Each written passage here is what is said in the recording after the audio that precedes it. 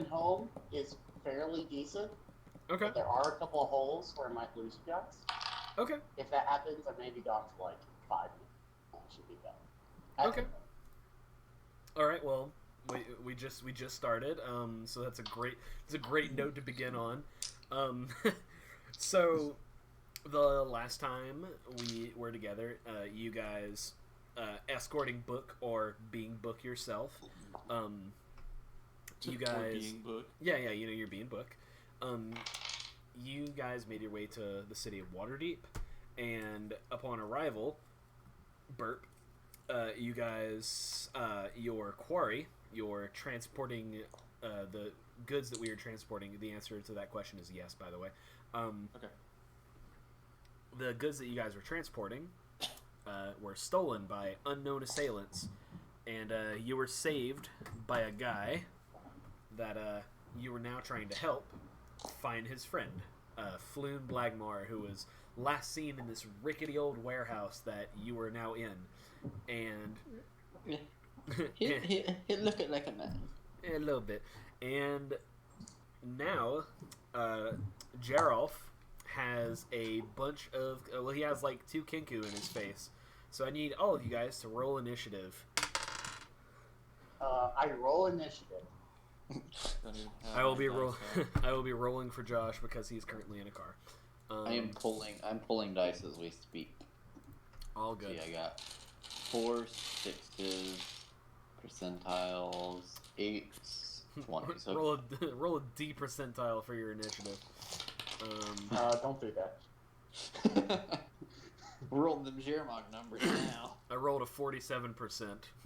I go first. Okay. It's a bold claim.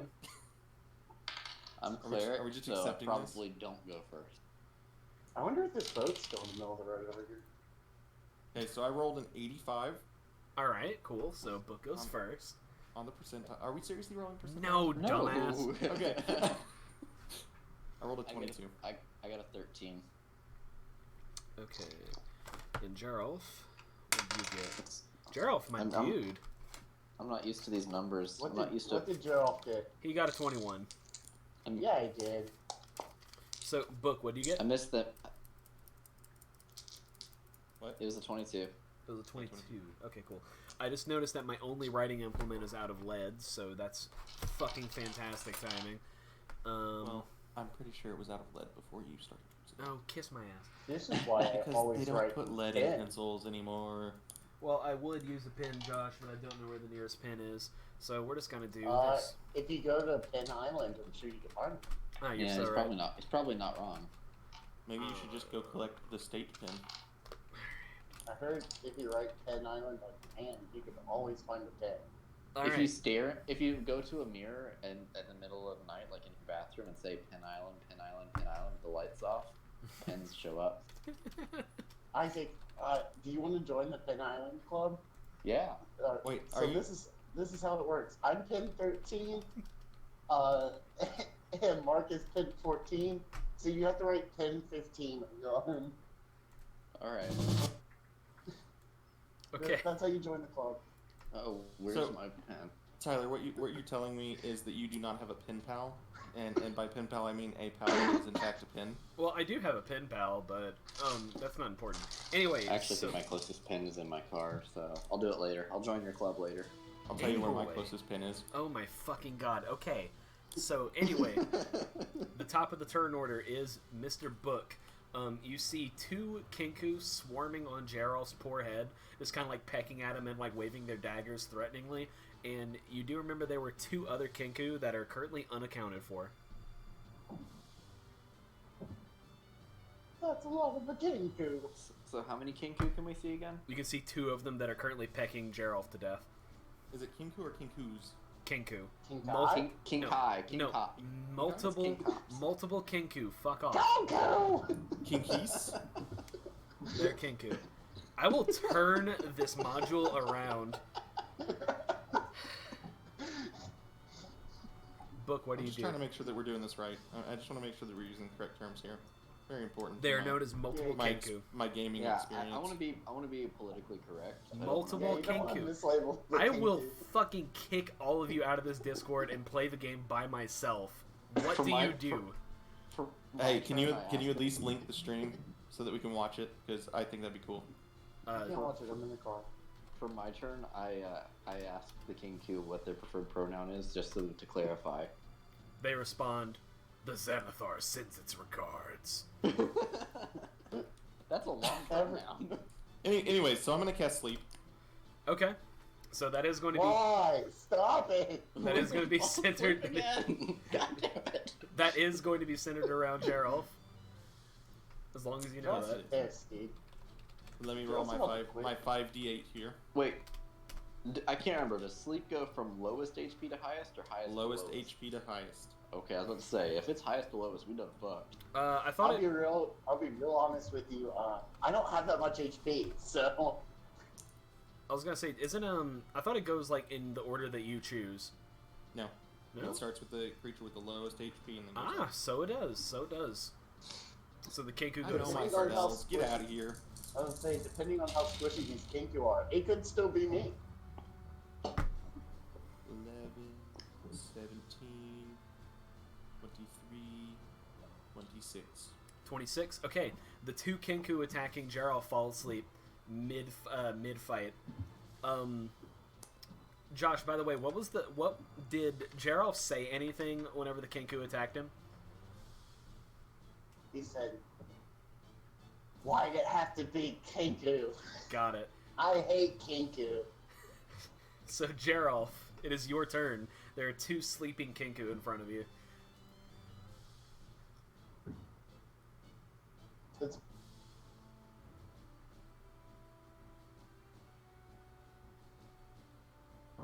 Did we lose you, buddy? I'm here. I'm Okay. here. I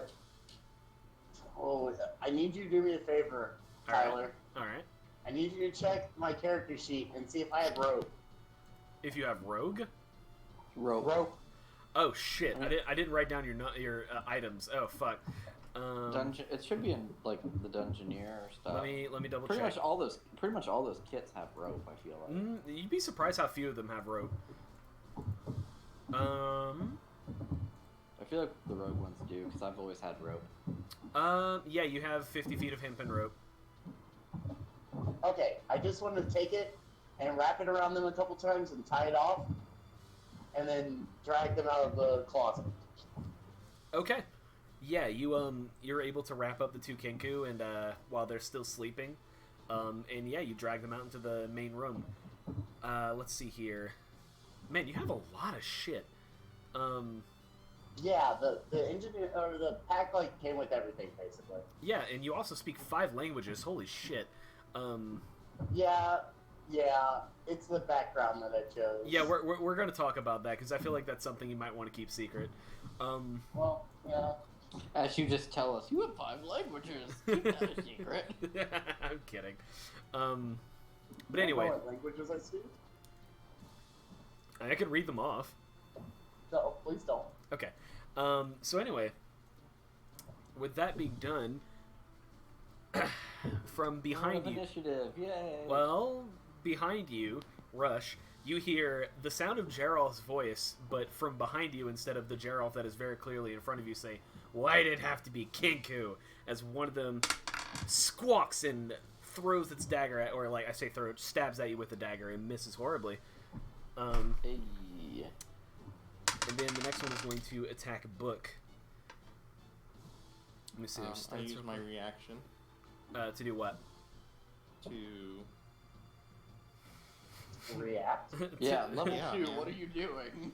to flail politely around viciously because I don't have reaction spells. I was to gonna say, politely yeah, ask this is for it to level 2. stop. No, Is just to look it straight in the eyes and say no. a 19 a hit? Are we playing this game? Are we really I, playing I, this game? look, 19 hit no, the bard. no. We have a cleric in this party. Like you never know. But I'm not him. But the bards can You use haven't go yet. bards can use shield. No, wait, no. You can't yet. Sorry, never mind. I'm used to my bard being able to use shields. Anyway, so that is going to be. He hits you for 8 piercing damage as he gets you in the side with a knife. Kenku overpowered. Yeah, I'm kind of sad. Trickery clerics don't get heavy armor proficiency. Yeah. Anyway, the Kenku squawks. He says, "The Xanathar sends its regards." Next in the turn order is Mr. Rush. What do you got for us? I'm going to cast. I'm going to cast Bless, Okay. and I'm going to use it on the 2 attacking us and one of the sleeping ones. Hashtag what? So whenever you guys make an attack roll. No, Bless. Never mind. So us 3 is what I want to do. Never mind. Okay. I did it backwards. So whenever we make an attack roll or a saving throw before the spell ends, add a d4 to it. Nice. As you cast this spell, a short expulsion of rose petals erupts, and then as they trickle to the floor slowly, they like burn up into ash that no longer like it. The ash that doesn't linger. So let's see. Okay. Then we're Did back. it work? Back to the top of the turn order. Book. Okay, so I'm gonna stab this guy with my rapier. Okay, make an attack. Don't forget your extra d4. Yeah, don't Do you I roll forget that with my stuff like right now? Yeah. The 17. That's a hit. Roll damage. Coo.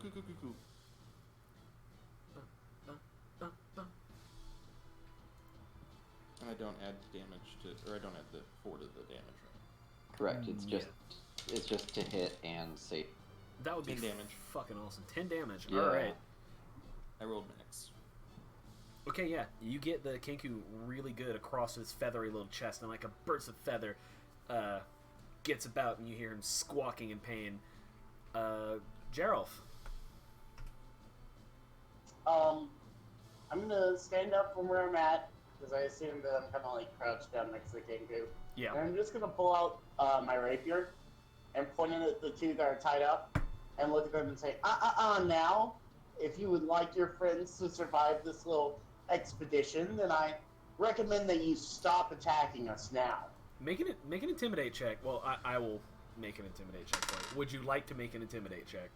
Yeah, that sounds good. Don't forget that d4. Don't forget that there, D4. Oh wait, son. no, never mind. It's just attacks. Yeah, I saves. thought so. Attacks and saves. Never mind. Okay. I have another spell that can do it for ability check. He rolled a 22, so it's fine. So the 2 Kenku with their knives still drawn, they look at each other and they kind of shrug at each other, and they place their daggers down on the ground, and the one that is currently like bleeding heavily looks up and he says, partly in Jeralf's voice, he says, "Why did it have to be?" And then at the end he says, "Adventurers," in a different voice. What would you do? I'm just gonna look at the other 2 and be like, it's up to you what we do with them. I could take or leave these foul creatures. Rush teaches them "Staying Alive" by the Bee Gees. Squawk, squawk, squawk, squawk. All right. So what are we doing? You have 2 still sleeping. They're sleeping very cozily. They're actually making like cute little snoring noises. I loot them. You loot them. Okay. Let me see. They both have. They're not much in the ways of money, but they both have like among the 2 of them, and the 2 that you are holding up, you get like 1 gold throughout the lot of them. Yeah, I'll just go ahead and disarm all 4 of them. Oh yeah, they already can't. they already laid their daggers out on the ground. Yeah, I'll just kind of take them and toss them in another room. Mm-hmm. And The shut the Kenkus have doors. no like Chinese or anything like that. No, Really just 1 gold. No, like they had a bunch of silver pieces among them that adds up to like 1 gold. I try not to deal with like small pieces of currency. It's kind of, you know. Yeah. So I kill the 2 that are sleeping. oh, good. Just, Okay. Just poke here, poke there. All right. The other 2 make a break for it. As you do this, there are like plenty of broken windows. So if you guys would like to do something about that, you're more than welcome to. I'm content. I mean, that's not why we came here. I don't care about no Kenku. I think they got the message. Just gonna look at Book and be like, we could have asked them to show us around. Maybe there are traps they know about. They only mimic. We couldn't have gotten any good information out of them. We don't need information. We need them to show us where to go. That includes a physical body, not a spoken word. Tie up the pretty boy in the black run. All right. Now they're just shouting. Was that actually said? That was said in the first session. Oh, okay. So, Jeralf, you do remember whenever you were in the closet, you heard like labored breathing that didn't belong to a Kenku. I don't like the way you said the Jeralf's in the closet. Nana's When trapped he in the entered closet. the premises. Yeah. Well, I'll go back and check on the closet then. So, would you like me to roll and investigate for that? Yes. Okay. Fucking God, let me roll all your stuff because it's awesome. With a 19, you let me Just wait until you roll your first attack or nature check. Yeah, evidently. It's not gonna be so awesome. Let's see. Storage closet, blah blah blah. So you lift up a tarpaulin and you see a red-haired human, a little cut up and beat up, but wearing incredibly fine clothing, and he looks up at you. Is this the person we're here for? And he looks up at you, Jeralf, and he says, "The damn bird's gone yet." Fortunately, yes. Would you like to give us your name as we save you? Yes, of course. My name is René Neverember. It's a pleasure. I take it you're no friend of the Xanathar, then, he says as he gets up and he dusts himself off. Hey, real quick, fact check, because it's been like 4 weeks. We know this person, this name, right? I should have listened to the whole episode before we did this. Oh, shit. We're gonna go off and say yes. You know you specifically, Book, know the name because you've been to Neverwinter before. Renair is the Lord of Neverwinter's son, his estranged son. This dude's essentially the closest thing you can get to a prince in Neverwinter, except that he hates his dad. And he's fighting every urge to hold a hostage. And so he's in Waterdeep now. But anyway, and also you remember hearing from some bar patrons that Floon and Renair were seen hanging out together in the Skewered Dragon, and they look very similar. Yeah, Jeralf's gonna look at him and be like, honestly, I could take or leave whatever group you have a problem with, but we are looking for someone. A friend of yours has promised that if we find his friend, that he will pay us a good sum of money. So I wonder if you could help us with that. Are you looking for Floon then? Yes, I believe that is his name. I was very drunk when I got these instructions. And I was very drunk when they kidnapped me. Well, truth be known, I don't quite know much about where they took Floon. Well, assuming they took him at all, they took me in his stead. Well, they took him in my stead. Fuck. The DM keeps on getting all the details mixed up. They must have taken... Who's this GM? It sounds as if you're of no use to us. They must have taken him in my stead. They're looking for something, you know. Maybe that, Yes, that seems very clear. Are you sure they're not just looking for a lot of money? I mean, your dad kind of runs the... And, seems like an easy way to make a quick buck. You don't realize how right you are, but in a different way than you mean. The Zentarum, the rival guild to the Xanathar here, they think my father embezzled a large amount of gold while he was the open lord of this city, and that he hid the dragon somewhere in this city. They think that they can find it by using some sort of artifact known as the Stone of Galore, which, from what I understand, was supposed to be in the hands of the Xanathar Guild until recently. Apparently someone stole it. The Zins thought that I knew something about all of this, but I don't. So, Good. So what you're telling me is that your dad, good guy or not, may have made a little bit of a mistake, taken a lot of money, and has essentially started some kind of like clan war in his own city on accident. So point of this is going to come up a lot because I do this all the time. His father used to be Open Lord of the city you're in now, which is Waterdeep, but he's currently now the Lord of Neverwinter to the north. Yeah. Neverwinter and Waterdeep are very easy to get confused with one another. Well, that's even worse because that means he started a clan war and then skedaddled. Yeah, pretty much. So what you're saying is it might be helpful to you and your other personage if someone were to clean this mess up and say, make sure that money went somewhere decent since it was so wrongly misplaced in the first place. I have no claim to the mistakes of my father. We haven't spoken in years. But by all means, if you want to take a mercenary attitude about it and try to find the stone, you won't hear any complaining from me. I wash my hands of this. All I want is to find Floon. Fair enough. I have quite a few people who are depending on me to help them make rent, and sounds like this is a good way to do that for a very long time. And I'm just going to turn to Book and his friend and say, I think we might have a new quest, and that might be related to our other friend here.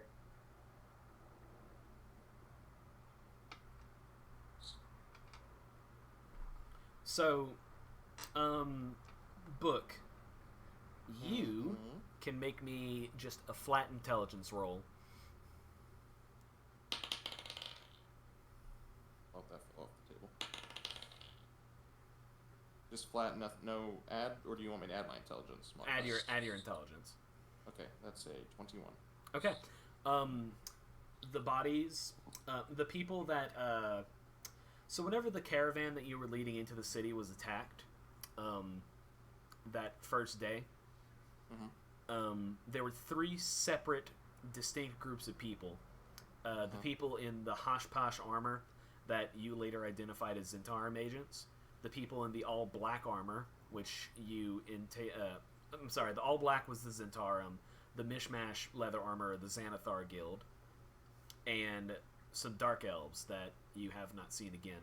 The bodies in this warehouse correspond to the Zentarum and the Xanathar alike. Alright. So, as you guys are, let me see. Yes, as you guys are communing with Renair, all of a sudden you hear a door behind you get smashed open, and you hear the sound of clinking metal as about a dozen city guards flood the interior of this warehouse. And from behind them, a tall human man, silver hair, likely in his late 40s, early 50s, pushes through the 12 men, and he looks about. He says, all right, I want to see the hands up, the lot of you. I want to... Wait. Lord Renair. Oh, I wasn't aware that these were... I didn't realize you were here. Are you all right, my lord? And Renair says, yes, largely in part thanks to my friends here. Captain Staggett of the Waterdeep City Guard, everyone. Upright man. You were a bit late, though. And Captain Staggett shakes his head, and he's like, we were content to let the Xanathar and the Zentarum fight it out amongst themselves back here, but this is the loudest disturbance we've heard in quite some time, and we saw fit to investigate. But it seems that things have been taken care of. What are your names? He says to the 3 of you. I am Rush.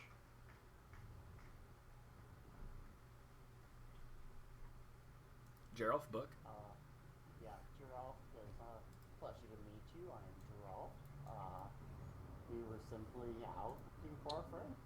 Ran across some trouble, thought we would help. And I tell them that my name is not important unless you are paying me to perform a service for you. And Staggett, like, has to hold back a couple of his boys behind him at that. But he just shakes his head. Well, I see now it was a mistake to pull the detail here. I suppose we're going to have to bolster patrols again. Lord Renair, do you need escort back to your estate? To which Renair replies, No, I think I might stay a while. Just have some more business. By all means, keep about, old boy. You're doing just fine. And Staggett nods, and he and his guards start getting to work on canvassing the joint. Okay. You got really quiet, by the way. Oh yeah. I'm just hitting like a dead spot. Can you hear me? Yeah, I can hear you. It's just like a little quiet. Yeah.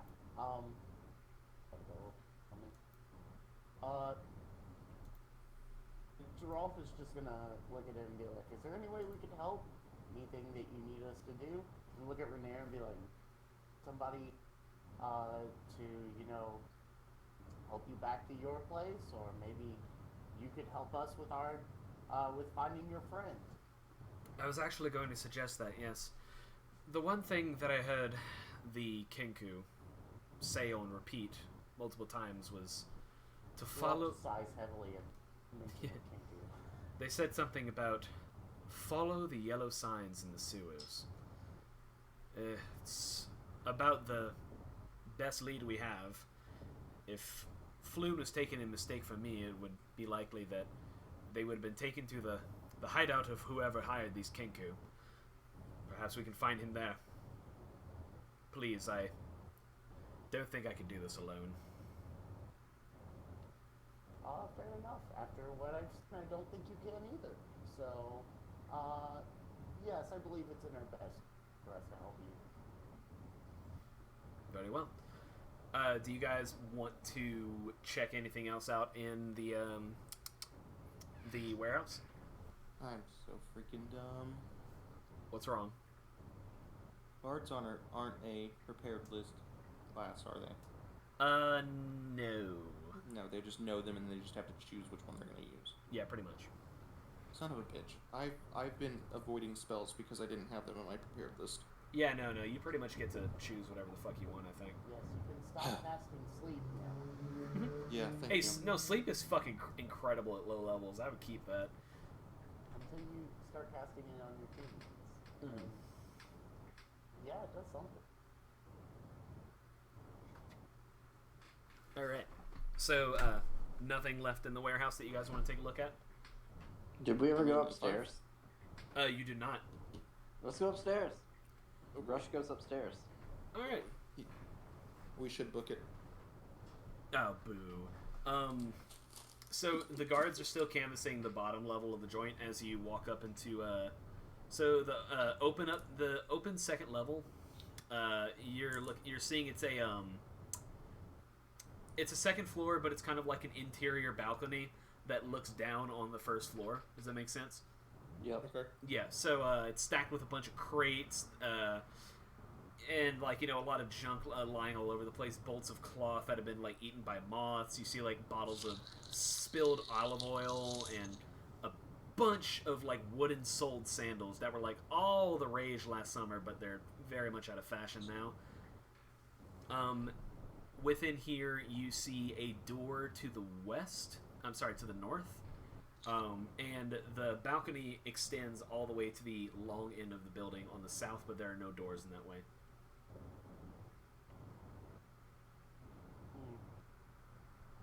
I guess I'll just investigate the room, see what I can find.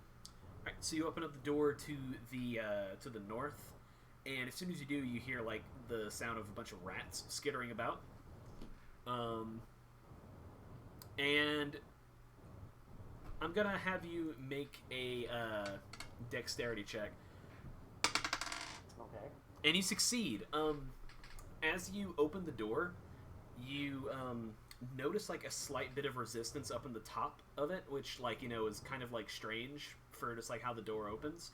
And you look up and like keep yourself by reflex from opening the door entirely, and you see a tripwire. That's not good. And as you look a little bit, it looks like it's connected to a steel bell. Oh. Can I throw a dagger at the tripwire? I'm gonna be like, boys, I don't think somebody puts this in there. I mean, you can cut. Just disarm it. Yeah, I was gonna say you could definitely like if you have like thieves' tools, you could like work at disarming it. You have plenty of working room. I do not have thieves' tools. Because I'm not a thief. Yeah. I mean, if it's just tripwire, and you said it's attached to a bell. Yeah, attached to a steel bell. Steel bell. So like, I'm just making sure that I'm understanding. Like the ringing bell. Yeah, like ding-a-ling-ling-ling-ling-ling. Yes, like a school, So like an old-fashioned school bell. Okay, so if it's open, it sets it off. Pretty much. Jeralf does have thieves' tools. Yeah, I'm gonna work at it until. Is there windows to this room? Not that you can see so far. You haven't actually opened the. Or you mean like the big room that you're in right now? Like the room that we're trying to disarm. You can't see into it yet, but Jeralf was able to successfully disarm the bell without setting it off. And you guys find yourselves in what appear to be some old offices. You've got plenty of desks, chairs, some bare shelves with dust and cobwebs all over the place. And you see some rats that are trying to find a safe place away from you guys. I'm gonna check out that desk, see if there's any paperwork. Okay. Well, yeah, still those old Germong things. Urges. Let me see. So Are there any deeds anywhere? So you go through the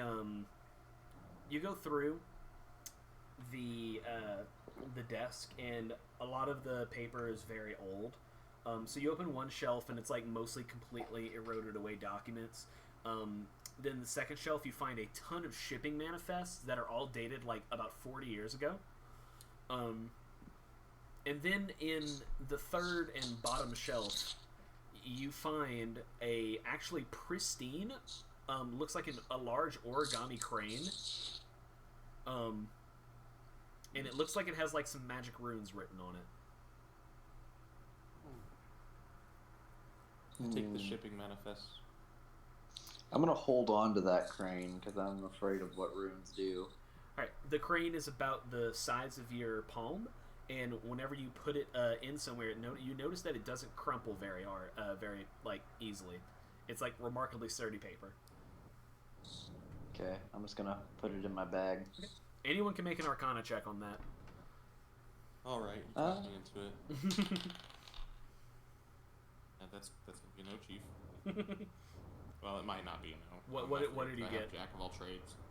What did you get? 14. A 14 is enough. This is a relatively common wondrous item. It's called a paper bird. You can write a small message of 50 words or less onto it, and then whisper the name of the intended recipient. This will make the bird magically fold and seal itself and take flight, which will it'll take the most direct route to a recipient at top speed of about 8 miles an hour. And upon arrival, the enchantment wears off and it becomes a regular piece of parchment. So you can use this to send one message to anyone that is 50 words or less. Cool, I like it. But it's already folded up, so is it... You can unfold it and then write. Cool, Okay. cool. I put this in my bag. Unfold it. Maybe it has writing on it. Oh, unfold it. You unravel it and nothing is written on it, so it has not been Okay. used yet. Just checking. You know that whenever you use them, they turn to ash if they're tried to use again. Anyway, beyond this, you said you take the shipping manifests? Yeah, I need to get some deets on customers. Right. These are all dated to be about 40 years ago, so most of the people that are detailed in these are probably not alive anymore, or at least not doing business, but who knows? I mean, there are such things as like dwarves and elves and whatnot. So Yeah, I mean, 40 that years is isn't necessarily a not big deal. that is not an unfair assumption. So let's see, this office, and that's about it. Like most of these offices have been pretty much cleaned out. Jeralf's just like, it's weird that was booby trapped. Why would somebody put a tripwire on a room of so little importance? Why don't we find out? You can make an investigate check for me. I was just gonna pull the tripwire. You can pull the tripwire if you want.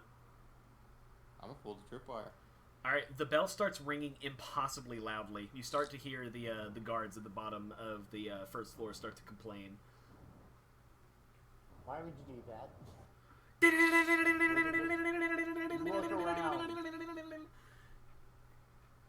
I'm just seeing if it does anything. Or It if it's just- legitimately just like an I'm gonna start- ADT alarm system. I'm gonna start moving bookshelves and stuff. See if there's any like Scooby-Doo doors behind them. Make me So- an Whenever you investigation. say a steel bell, are you talking like those bells that have the hammer that hits them? Yes. Okay, I'm gonna stick a gold coin between the hammer and the bell. It starts making like a tick, tick, tick, tick, tick, tick, tick, tick, tick, but it stops like ringing super loudly. The gold coin is beginning to become beat up and like crunched. It is no longer usable. You lose 1 gold. Oh, that's fine. Stop the bell. Yeah, but as soon as you move the coin, it'll start again. I'm not moving the coin. It Okay, stays cool. there. It lives there now. Got it. Okay, you can make me an investigate check, Rush. Okay. Do it. Go. I'm going to guidance myself too, because I'm gonna give him bardic inspiration as well. Alright, shit. Hey. Okay, So cool. that's a +4 for me and a plus what for you? 6.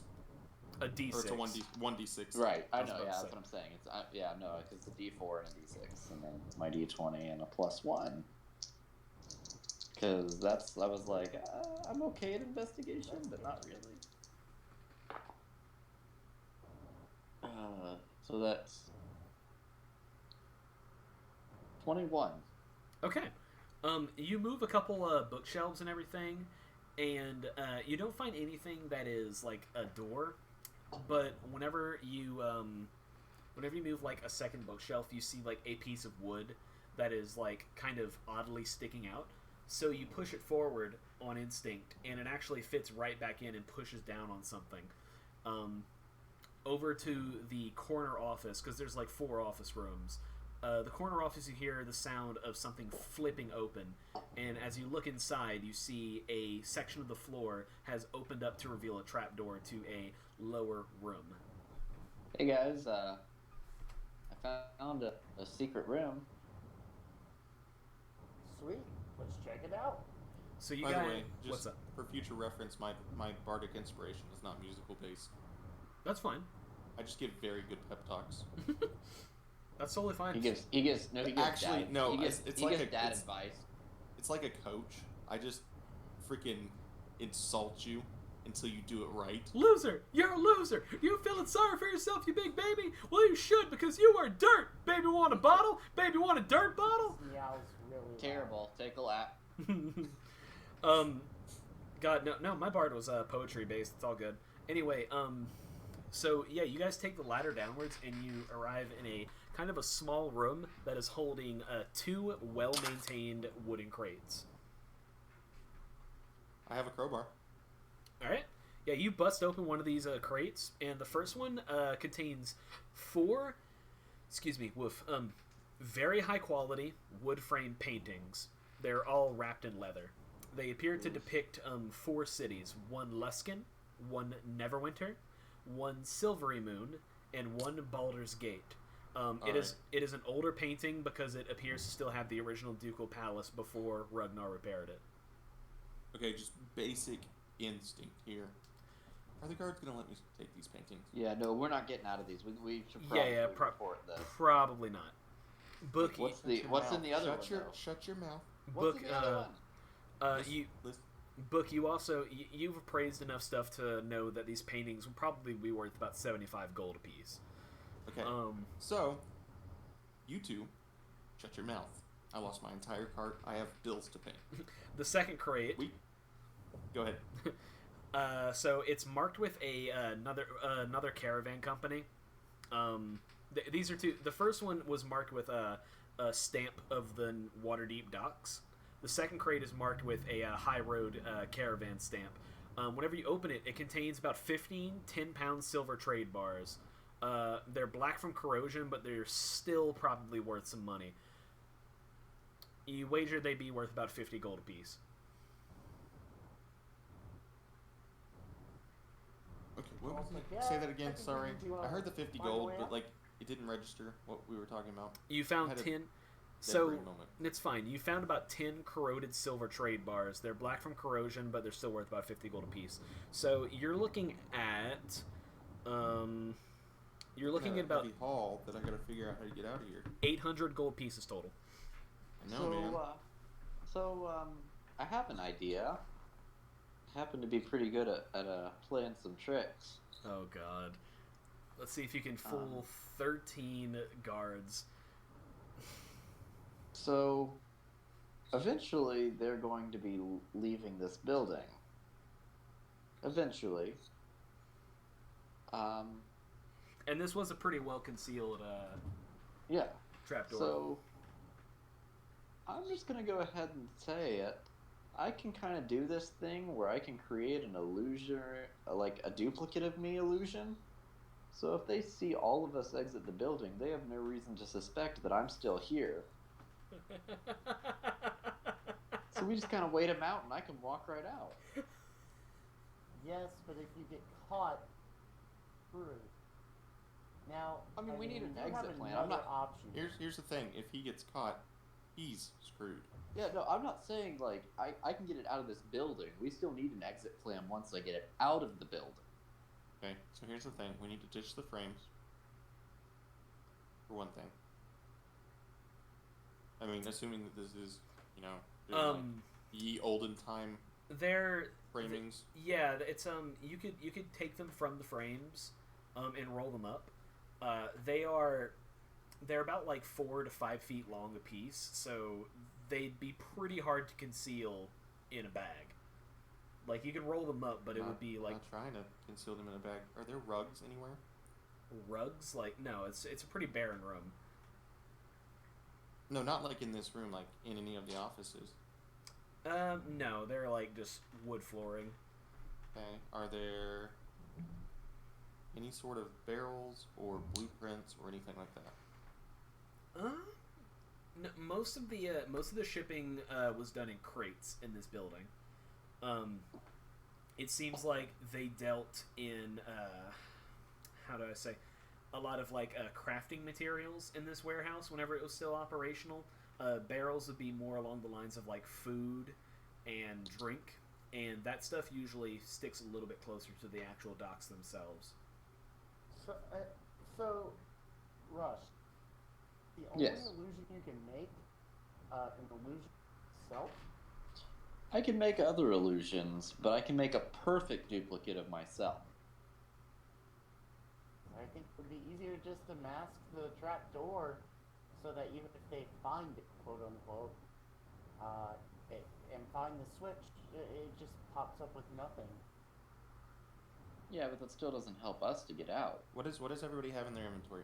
Tell me what you got in your inventory. Oh shit, the list is too long, dude. Just tell me what you got in your inventory. It's of Well, note. I literally can't. Yeah, I would have to. I have a blanket. You have a blanket.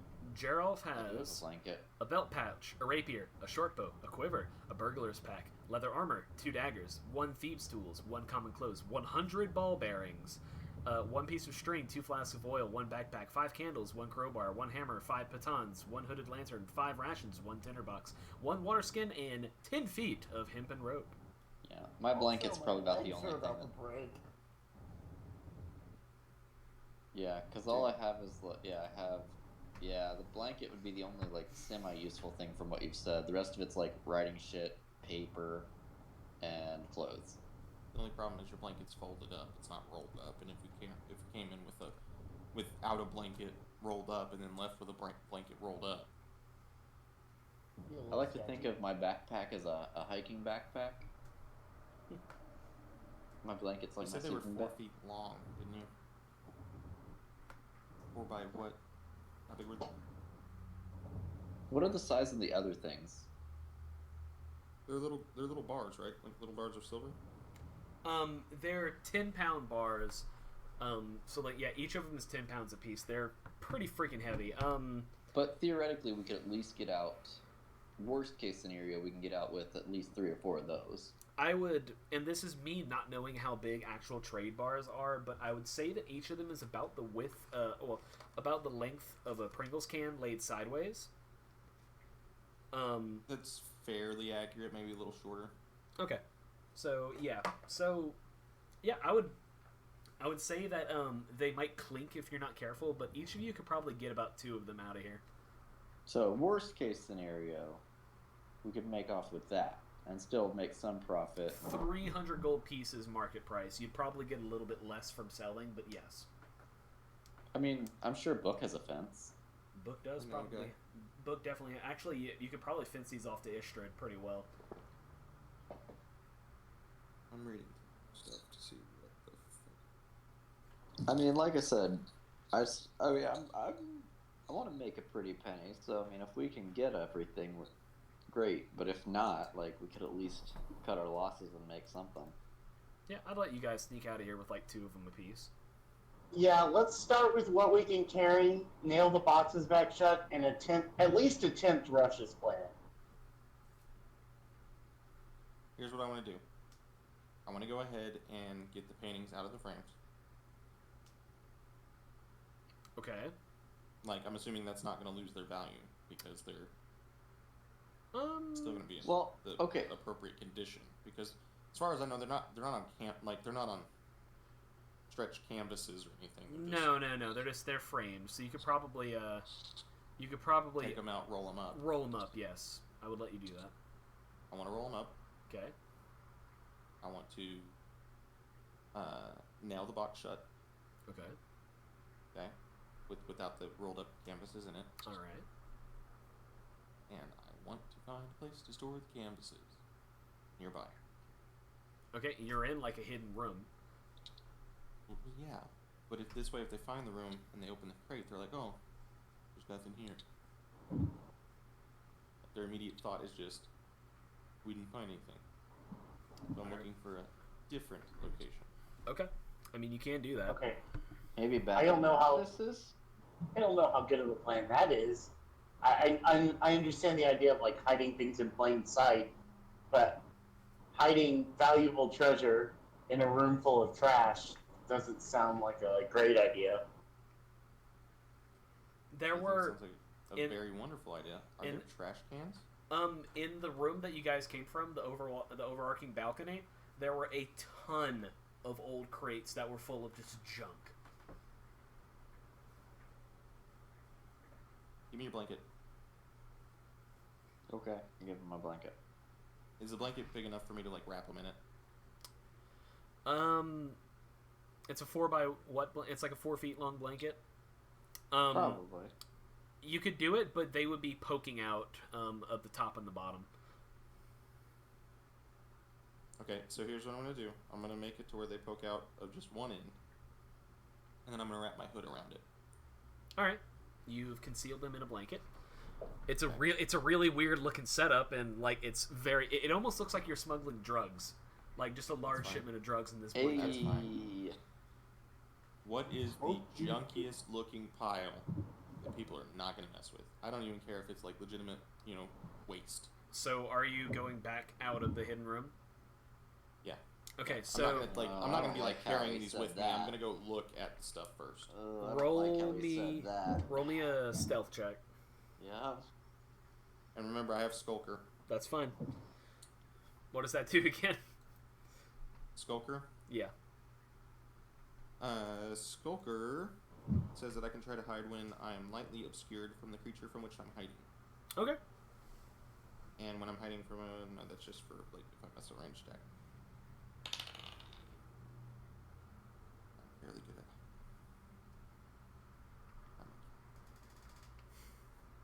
What do you roll? It's an 18. right. So as you are you holding the wad of blankets? No, that's what I said. I'm just searching first Okay, to so see a good spot. whenever you exit the office rooms, you kind of intuitively hide up against the exit door frame of the office, and you see that the guards, like 3 of them, have advanced to the second floor and are now kind of like haphazardly going through a couple of the boxes, just looking around for like that or hidden entrances. Looks like they're doing the standard procedure of pulling every candlestick, nudging every loose board, and checking the walls for hidden switches. But it doesn't look like they've noticed you. Like right outside the freaking offices. There are windows in the other offices, but yes, they Talking out the window. Can I look out those windows? yeah. So they are shut glass windows. Looks like it looks like they go out into the how do you say this? It's not a pavilion, but there was like almost like a medieval ye old parking lot outside. There was just like an operating area with like a lot of trash and refuse that you guys approach from. That's where these office windows lead out to. Looking at the mechanisms, they seem to be rusted, but you could probably force the window open. Like a trash chute or something? Would there be a trash chute? No. There is no trash chute. This is a warehouse, so they probably just carry shit out. So if I was to throw these out the window, or if I was to jump out the window, what would I land on? Pretty much solid rock. Solid rock. You might Second be floor. Yeah, it's like 20 feet. It'd be 2d20 damage. And D20. Well, I'm sorry. All damage for D10s. Were they? Oh, then I did something really wrong in Curse of Strahd. Anyway, let me see something. Fall damage, 5e. Cha-cha-cha-cha-cha. The rule of falling damage. 1d6 bludgeoning. It's 1d6? Really? That doesn't sound right. Shit. Yeah, it's that's 1d6. a low. Yeah. I'm It's rolling. been nerfed because Yeah. it's been nerfed because the health has been nerfed. I guess so. I'm rolling it as 1d10 per 10 feet. Okay, so That's how I'm gonna I rush play back it. in because I think I've formulated my plan. My last immediate question is, would the guards see me throw something out this window when it lands on the ground? When you look outside, it looks like there are no guards outside. There are like, you are like in the back of an alley, and there are like people going about their business outside of the alley, but there's no one in the alley proper. If you threw these out, you don't think anyone would see, but you would have to move fast. All right, I'm gonna run back in. Okay. And I'm just gonna start with real quick. Follow what I say. Don't ask any questions. Just do it. Okay. I need you to But make. can we? No. I need you to make an illusion of me. Okay. I need you to give me your hemp rope, and I need one of you guys to hold the other end while I go down with these things. Oh my fucking And I'm gonna tie the rope to the paintings Okay. to lower them down to where there's not just a loud. I thud. hope you know that Renair is still on the lower floor, by the way, the guy who you guys said you were going to go with. I just want to remind you guys. Yeah. We'll Yeah. get to that. You act like I give a shit. So I can't do people.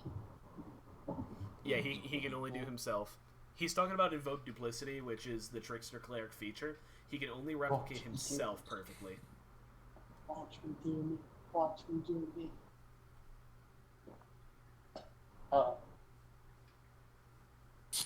Damn you. I'm gonna look at him and just be like, just throw him out the window. And when the guards come, we'll just tell them that you had a hairball that you needed to cough up, and we were nice enough to open a window instead of having you throw it up on the nasty floor. Don't let DC him talk. DC I mean, 25 deception.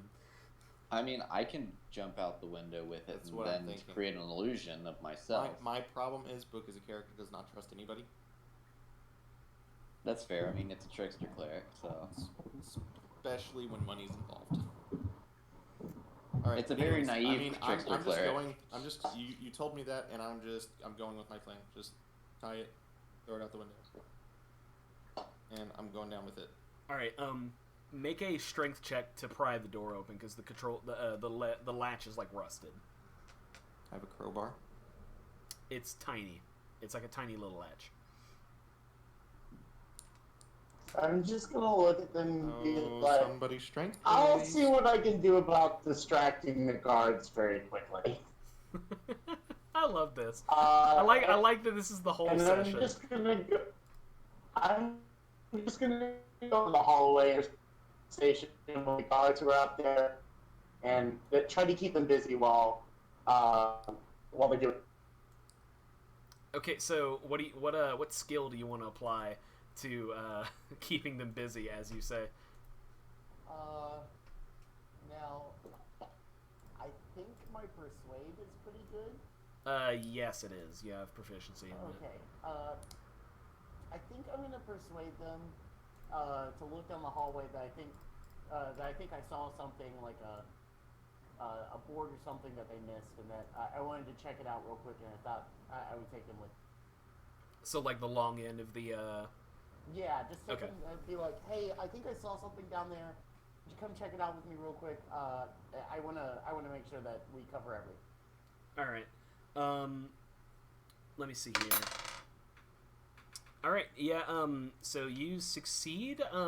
One of the guards agrees, and goes with you, leaving two of them checking boxes that are suspiciously close to the offices.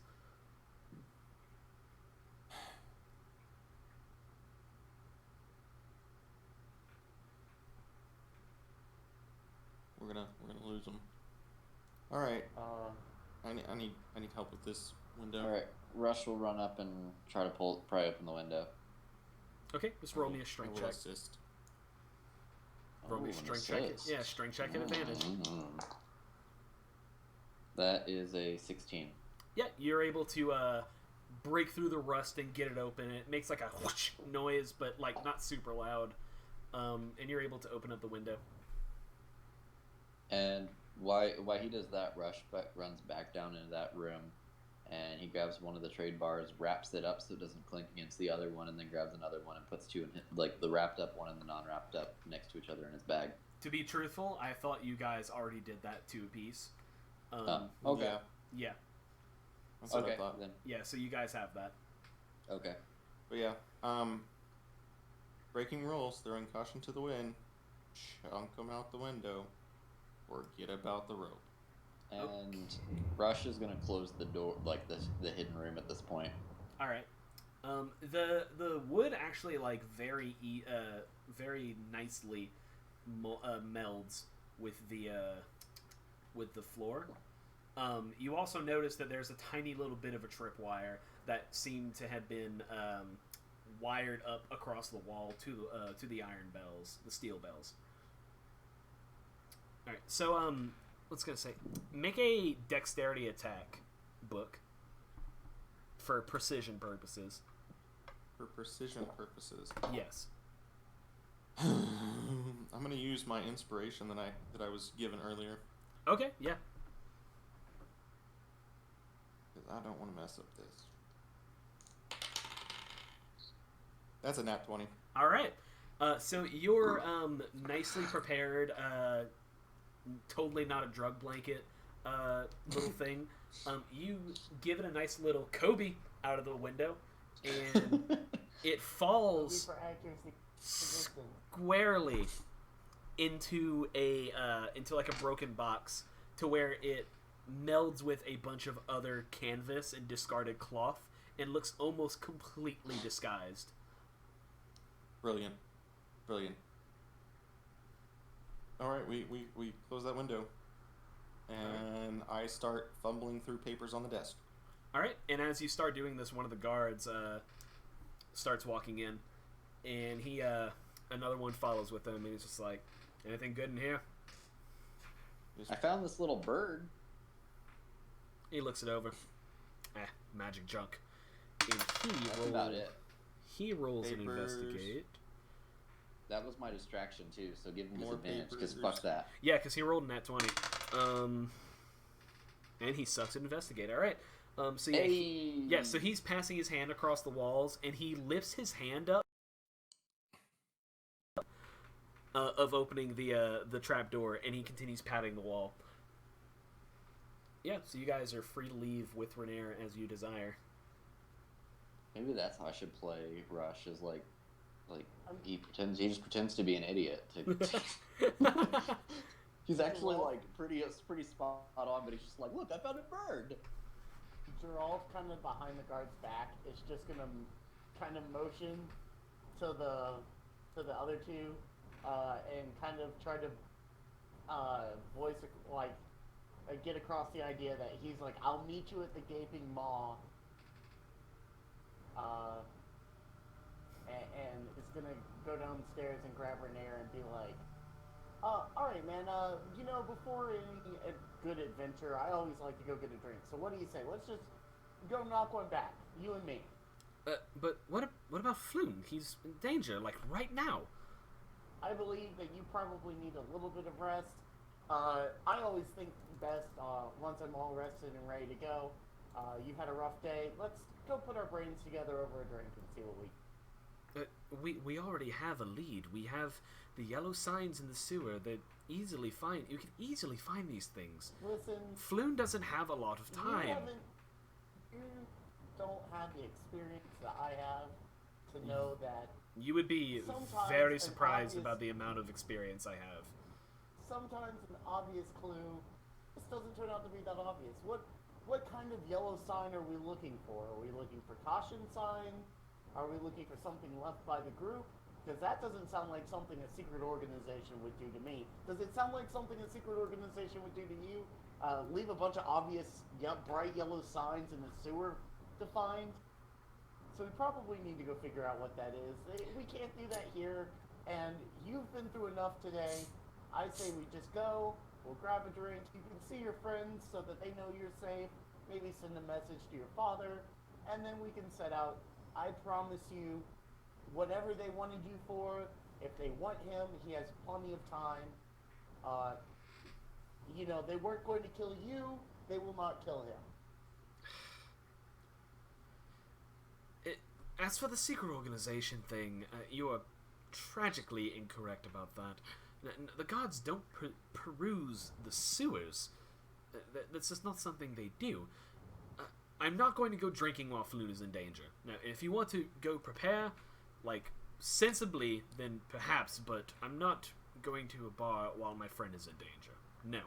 I'll go without you if I have to. Is there any way to injure him? Any accident? Jesus. In front of the 13 guards? I mean, yeah, plenty of ways that you would probably get caught. 3 of them are upstairs, okay? Any accidents? I mean, this is a warehouse. And I'm assuming they don't follow OSHA rules. I mean, you could, drop something, I guess. Alright, here's what we're gonna do. Keep in mind that this dude is a very important person in the context of the not only just the local politics, but the general just politics of the region at large, and anything that would happen to him would probably be investigated with hideous scrutiny. Okay, before we do anything crazy, Jeralf's gonna try his last little thing, and he's going to gently yet firmly grab Renair by the top of his arm, near his shoulder, and be like, I don't think you understand. We need to go somewhere where you and I can talk about something. Now. Make a deception for advantage. You don't know why. Well, I'm gonna do it. Let me see. Okay, that's bad. That's excellent. Okay. Renair sighs, and he says, you have 4 hours. I won't need to. Good. And I'm gonna look up at the two upstairs, if I can see them upstairs, and just kind of wink at them, and then walk out the door and head back to our pub with our friend. I'm already headed down. So you're so let me just make sure you're heading to the yawning portal. Yeah, the gaping portal. That's what I meant by the gaping wall. I just don't know names. Yeah, it's all good. The Yawning Portal is the most important tavern that you will need to know for now. It's the most famous tavern in the world. And one day I'll remember that, but today is not the day. Alright, so, is Jeralf going by himself, or are the two of you guys going? I said I was headed down. Okay. Yeah, I'll go. And then Alright. I need to get a message to my fence. Okay. That would be Istrid Horn again. She's like the financier for the Doom Raiders faction of the Zentarum. Your total haul, because you left a couple trade bars there, concealed in that room, so perhaps they haven't been taken. So We'll check in 3 hours. 75 times 4. So you guys have 600 gold pieces market price. I have 600 gold pieces. No, whoa. The fuck you don't? Yeah, let's say well, we're about to. I'm we're about sorry, to is she fucking your wreck. fence or my fence? Yeah, Book has 400 on him, and Jeralf and Rush each have 100 apiece. It's gonna be hard to sell the silver bars. Not in possession of them. I mean, I'm willing to sell you out. Yeah, I'm chaotic good, motherfucker. I'll walk these bitches back. Okay. But think about it this way. You sell me out, they're going to ask who my fence is. If they find out who my fence is, you just made an enemy of a very large group. I'm a nomad. I move all over the place. They have to catch me. Well, if I you want to make mean, that not- decision, then make that decision right now, or let's move on. You're not going to intimidate me out of this. Like, I'm taking. I'm my not, part. I'm just I have saying make your people who decision. do too. I've made my decision. I'll walk with my bars right now if I have to. Alright. I'll find somebody to sell them to. I don't need your fence, apparently. There are a lot of people in this city. Alright. Then you can sell yours to somebody else. That is fine with me. Perfect. Alright, so, let's see. So, you guys head to the Yawning Portal, where Istrid usually spends her afternoons, meeting with clients and such like that. Book. Istrid looks at these paintings and the ingots, and she peruses them and she says, "Well, the metal in the ingots are still perfectly fine. I tell you what, I'll give you a." I'm trying to remember what her voice was, because Istrid's important. I tell you what, I'll give you 90 apiece for the bars, and 50 apiece for the paintings. So is this what my 400 comes out of? Well, it's like 400 market price. She's trying to get a bargain off of you. She's So how much haggling. is she going for? Let's see, 200 plus 1. So she's offering you 300. No, wait, hang on. 75 times 4, so that's 300 from. So you were looking at 400 market price. She's offering you. Give me just a second. I'm sorry. 200 Fine. and then 50 times 4. She's offering you. That doesn't make any sense. Hang on. I'm so bad at math. Did you math wrong? Did you offer me more than market price? Yeah, your market price was 600. She's offering you 400. How much did she offer? My market was 600 and how much? Okay, so let me say this out loud so I make sure I'm not. So your market was 4 paintings worth 75 gold apiece, which brings it to 300, and then 2 bars worth 100. No, they're worth 50 apiece. What the fuck? Okay, give me a minute. Yeah, they're worth 50 apiece. So your correct. So your market is 400. I fucked up what she told you. She's offering you 40 for each bar, so that's 80, and then 50 per painting. So she's offering you 280. Making an even 300 and call it a day? You know what, Bert? You know what? Because I like you. And she gives you 300 gold pieces in exchange for the haul. Woohoo. All right, So I'm Jeralf. guessing nobody else was trusting me with their stuff. Nope. No, because you wouldn't fucking pay us, asshole. That good party cohesion that I was looking forward to. Well, you know the alignment issues, Tyler. On her way out the door, I'm gonna tip her off about the other bars in the house. Are you gonna do this without Book knowing, or are you gonna do this in full view of Book? Yeah, I'm gonna do it without Book knowing. Okay. I mean, I don't know, so don't tell me, because I missed it. So. All right. Yeah. Yeah, you do that, and she. I'm gonna look at her and be like, "As you'd like to find more of those bars and profit." And Istrid, being a dwarf, she kind of smiles, and she stands up on her seat and gives you a kiss on the cheek. And as she does this, you feel a couple coins being pressed into your palm. The best I can ask for. Thank you, ma'am. I'm just gonna scroll away. All right, and the coin is 1 platinum piece, which is 100 gold. Wait, it's 10 gold. No. Wait, fuck. I'm getting all my currency mixed up. She gives you 50 gold. Is what I'm trying to say. Okay, cool. You paid him before she even got the stuff. Istrid has a lot of money. So, I guess she doesn't. alright. Rush is gonna go over to his buddy. Oh, Davil? Yeah. Davil Star Song. Okay, so, let me... High or low? Low. Okay. Let's see. Where's my other percentile? Wow, so I rolled a 50. Heads or tails? Tails. Tails All right. never fails. Yeah, okay, so Davil is sitting there at the edge of the eponymous portal, and it is a remarkably similar scene to what you saw the other day. I think her name was, God, I need to, like, get my NPC list. Yagra, is challenging people to arm wrestling, and Davil's just cheering her on and, like, watching it go down. And Davil looks up at you and he's like, Mush! No, Rush, that's what it was. Hey, you look a little purple, kid. Yeah.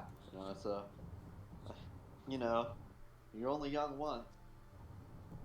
I get it. You're trying to make a little change. I get it. Hey, so what can I do you for, kid? Hey, so I got some questions concerning the city. Yeah, what's up? So, like, if I were to want to sell some stuff, like, who would you go to as, like, your prime, like, general store good dude? Well, I have to recommend my own people, you understand? My girl Istrid over there, girl can move things like you would not believe. Alright. She points to the dwarf that you saw talking to Book and who kissed Jeralf on the cheek. Okay. Okay. I mean, is there anybody else? Now, Rush. No. You're not asking me to, like, undercut my girl here, no, are you? Alright. So, here's my problem. I have no problem with your girl. I'm sure she's great. But she does business with my shitty employer. And I'm trying to, like, burn him. Oh, you talking about Book? Yeah. Oh yeah, guy's an asshole, but that's kind of the business. Look, how about what do you have? I'm gonna insight check him to see if he's shady or if he's like gonna rat me out. I don't even have to fucking Everybody's I shady. don't have to fucking like tell you anything. Anyone aligned with the Zentarum or the Doom Raiders is like shady as shit. But you can roll me an insight check. Okay.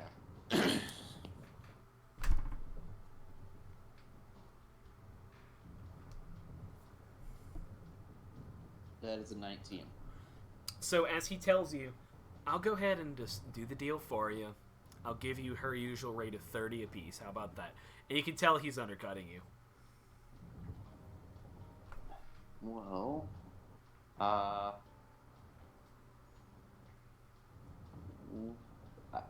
is there any like more you could get out of her?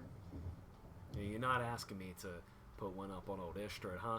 The master of coin herself. The girl has her own shrine to Vergadin in her house. Like, pretty much coin's the thing in the Ishtrade house, you understand. You're not gonna ask me to put one up on her. Tell you what. What if you could talk her into 40 and I give you 5? Okay. Yeah, that'll pay for my room for the next week. Alright, kid. I'll slap you down on 40.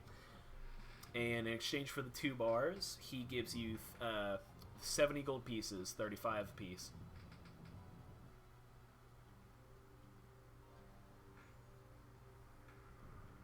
Good? Yeah, I'm good. Alright. And then he's just gonna kind of sit around with him and kind of peruse for a little bit, and not peruse, kind of like just mingle with him and his band of dudes. Did we complete our quest? No, you still have to find Floon. So Floon is the one that we had to find. Yes. Yeah, this is his who buddy. we were finding before we got paid. Right. And like Jeralf is with Renee right now, and we're gonna get to that in a bit. Where is it Volo? Yeah, Volo is usually here, but he's not here at the moment. Rush, as you're speaking to Davil, another friend of his, a very tall human woman with dark skin, think comparable Arabic to our world, super tall in like a nice red and gold getup, is watching the fight. And she, hanging out with Davil, pokes her head over and looks at you and nods at you and says, "You're purple." Yeah. I figured I would try it out once. We all dabble in any like kind of motions up for like the token motion for like a little pipe like. And she gives you exactly one laugh.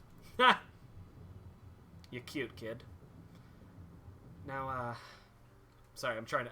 I'm very bad with voices today, and that's like important in this module. So, you're cute, kid. Now, what exactly is it that you do? I watched you the first time you talked to Davil, and I could not tell exactly what it was about you. To be honest, I'm just trying to, find my place in this world. Like I'm following after, the developing Church of Jermong, and I'm, trying to figure out my place and maybe make a buck on the way.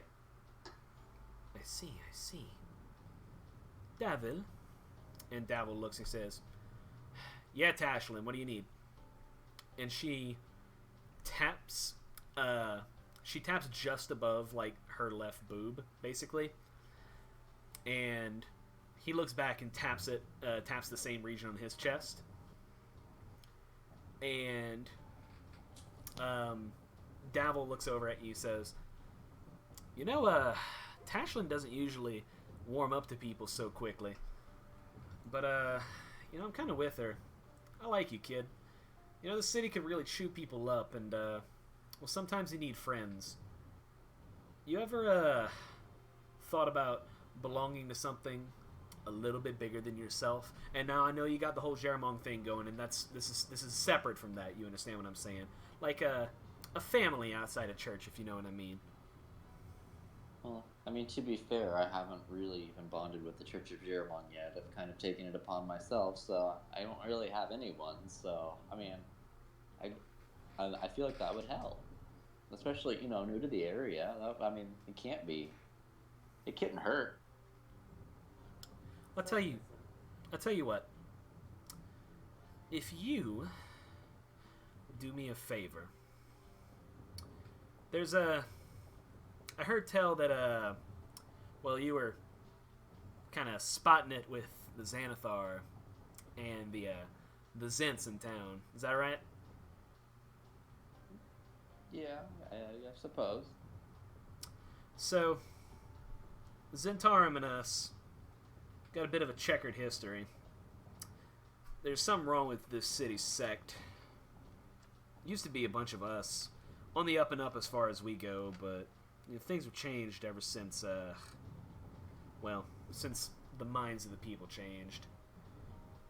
I'm trying to say is, you managed to bring us information on either them or the Xanathar, anything of value that you can think of, doesn't matter what, then I'll put in a good word for you, and we can see about getting you as a member of the Doom Raiders. How's that sound to you, kid? I mean, sounds good to me.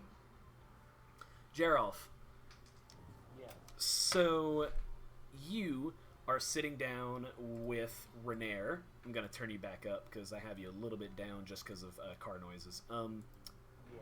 So, yeah, you sit down with Renair at a separate table near the back. And Renair is drinking a water. He's not going ham. Says, so, what do you have in mind? What were you suggesting? Well, I'm just not sure that we should run it to this full force, you know? Hostage situations get a little sticky, a little dicey, and if they're not handled carefully, then, your friend could end up dead, to be honest. Well, of Just course. like what could have happened to you. Well, of course. I'm well aware of that. While I am all down for going in half-cocked and fully loaded, I always believe in also bringing backup. Well, of course. I'm not suggesting that we go about it blindly. Never any of that. I'm no stranger to subterfuge. What you saw was not exactly my finest performance, but I want to bring Floon back alive just as well as you do. Granted, you're being paid. This is a friend of mine I'm talking about. I mean, that's fair enough. I guess you could say that mine are not necessarily aligned with the most pure of heart. I'm not doing this for free, that is true. But I am doing it from a place of good morality. And I always believe that the more people who make it out alive, the better. And we just so happen to have two groups that are not getting along very well right now, that we might be able to pit against one another to our advantage. And Renair laughs like the first time, and he asks you, "So, how long have you been a green cloak?" Obviously, not long enough. You have no idea what I'm talking about, do you? Yeah. And Jeralf just looks at him and goes, "Sir, I'm very new to..." That's, I tell you what, I may have something for you after we successfully rescue Floon. Of course. I like your attitude. Not so much the tabaxi over there, but, you know, I'm sure he might grow on None me. of us like him. We just work with him, so... So, or with him or something, I'm not sure. so tell me, Jeralf, what is your plan here? What are we thinking? We're obviously going to have to follow these signs. Now, I'll have you know, the Xanathar Guild receives visitors on the regular. They're not exactly... Not to say that they're a gang in the open in the broad daylight, but as with anyone who runs in the docks, it's generally easy to stick away from the guards and pursue your businesses rather openly.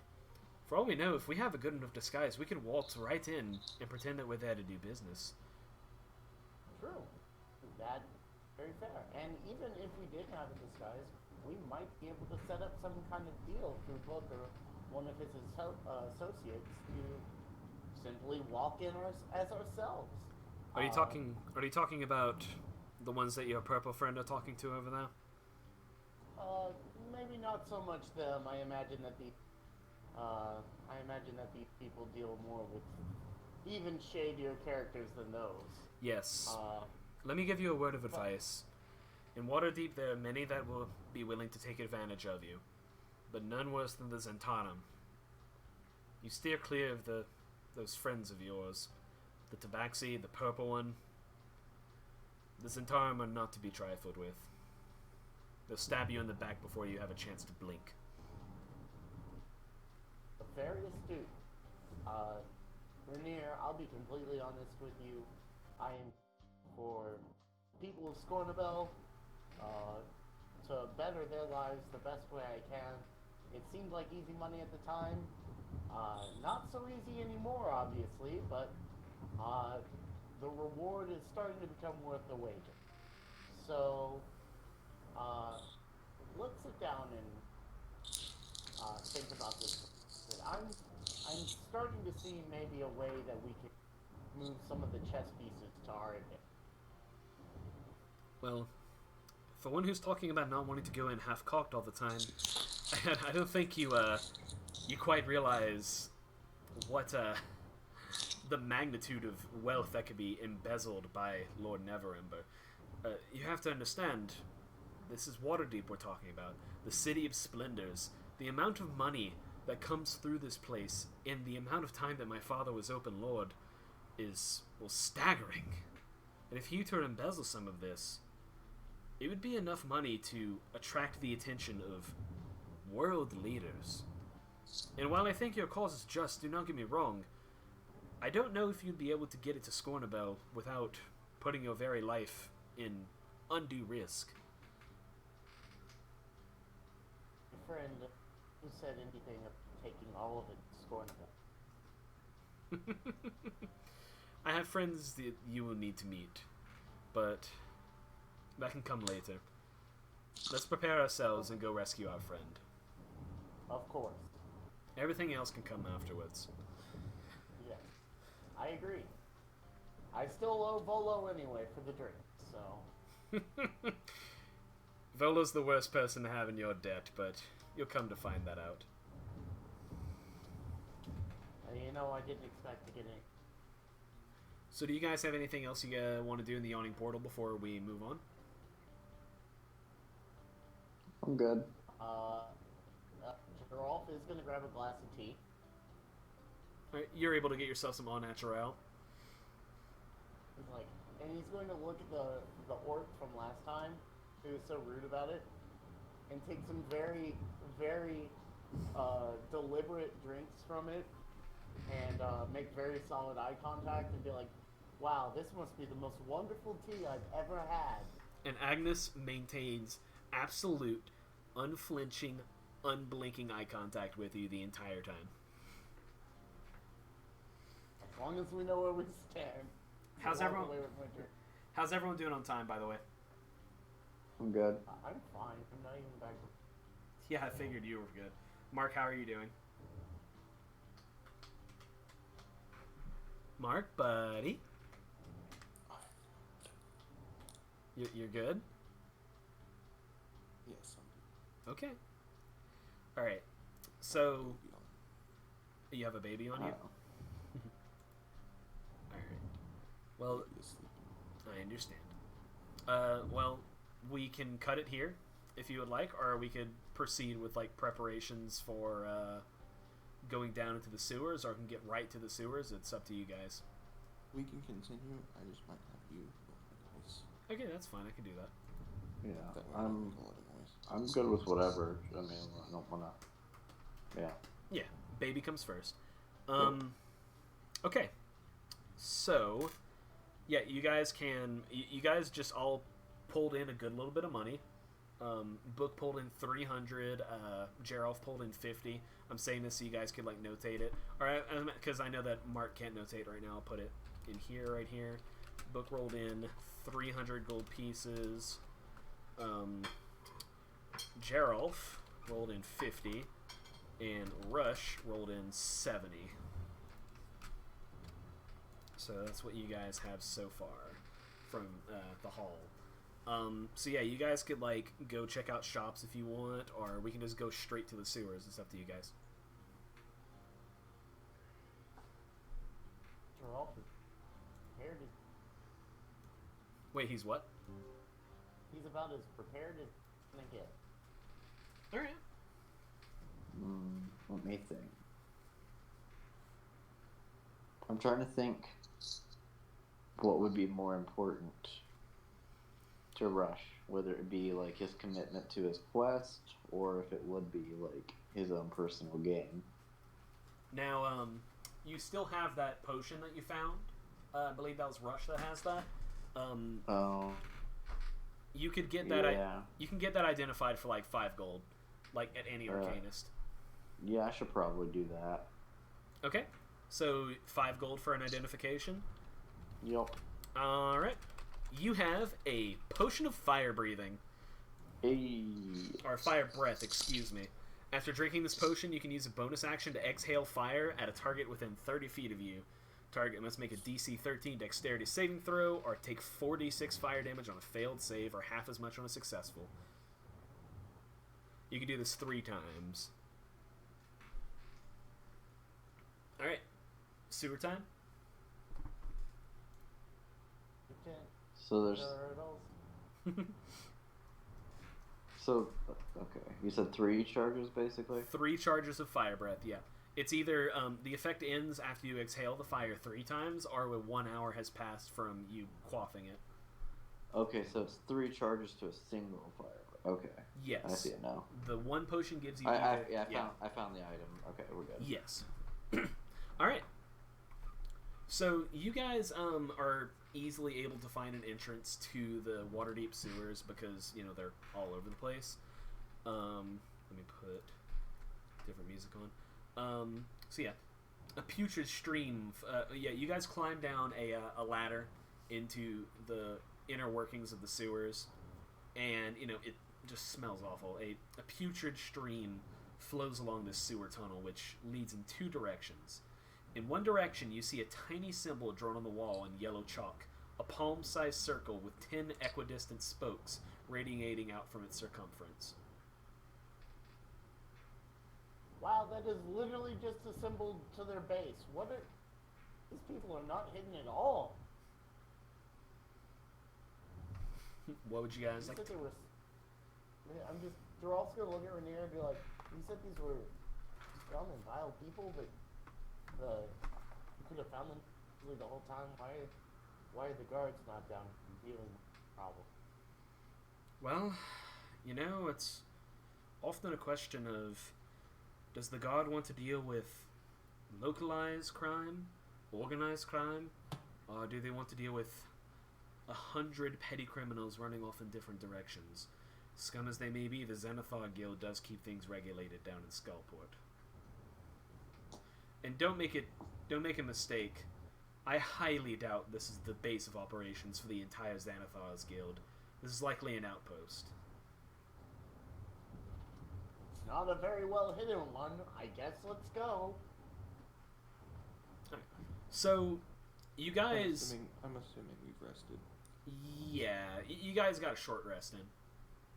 Okay.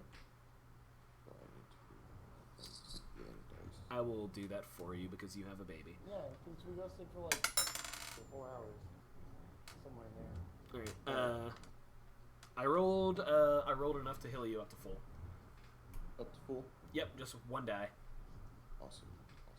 Alright, so you guys follow a hefty stream of yellow signs throughout the sewers, and it actually takes you guys like a solid hour before you come up to a 3-way intersection where a ladder leads up to into a stone shaft capped by a circular metal cover.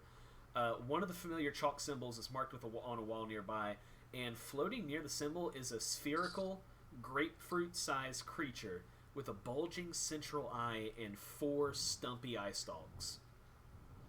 I don't like that. It doesn't appear to have noticed you, but it's floating around, and it's like using its mouth to like lick sludge off the walls. Okay, so describe it one more time so I can confirm it is what I think it is. It is a grapefruit-sized creature with a bulging central eye and 4 stumpy eye stalks.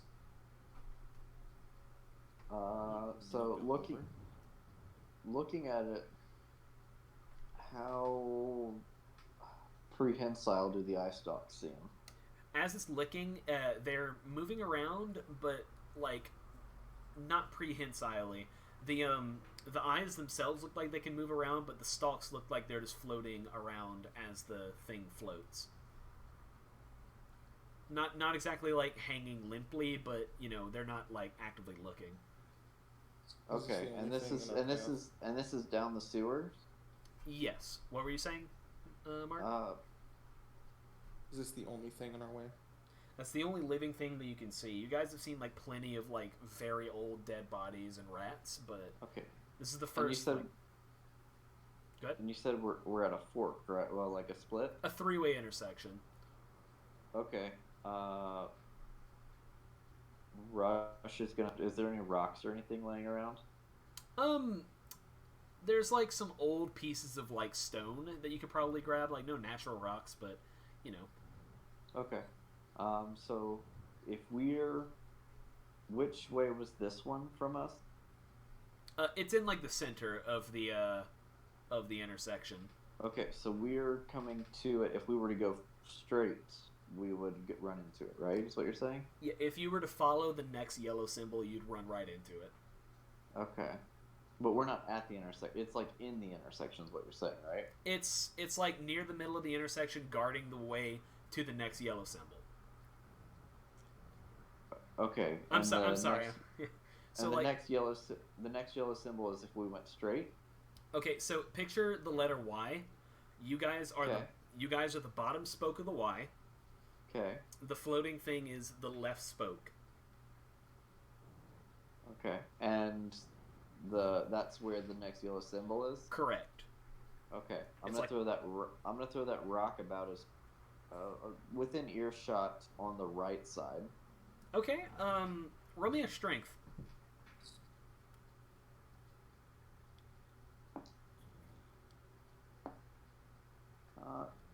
Non-natural 20. All right. Yeah. The rock shatters against the sewer walls, and the thing flips its gaze around, and it floats over and inspects the broken rock, and then it opens its mouth and lets out a chittering sound like "Dah! Dah! Dah!" All of you guys make stealth checks for me. I will roll for book and also because it is using echolocation.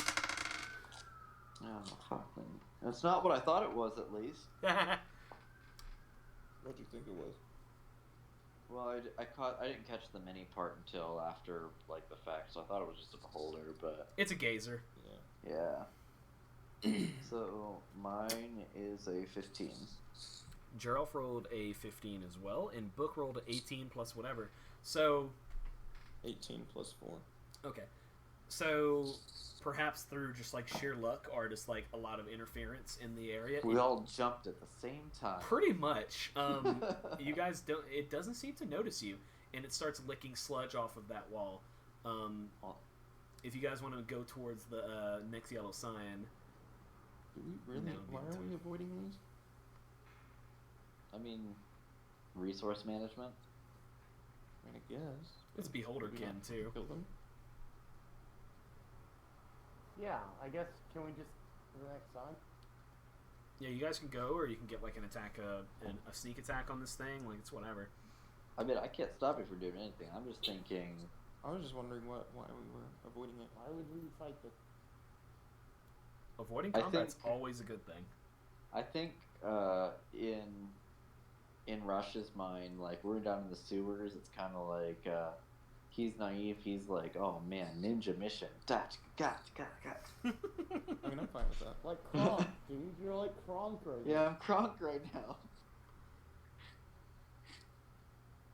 I mean, I'm fine with that. All right.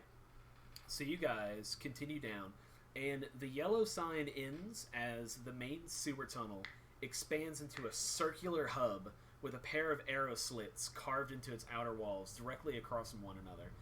Two passages continue on the north and south, and a stone door is set into the back wall of a stone ledge to the west. I'm gonna go to the stone door and check.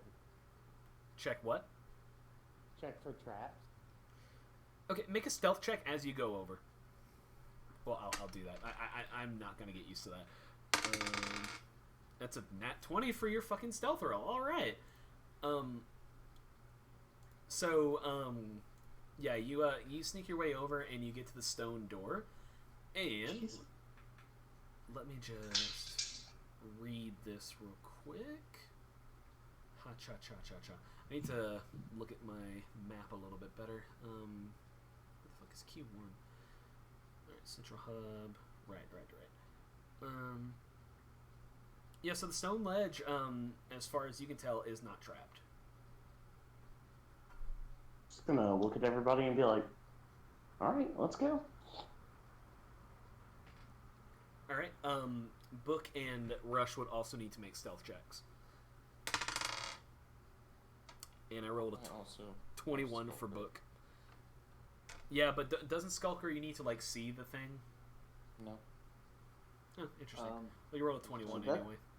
So that's an 8.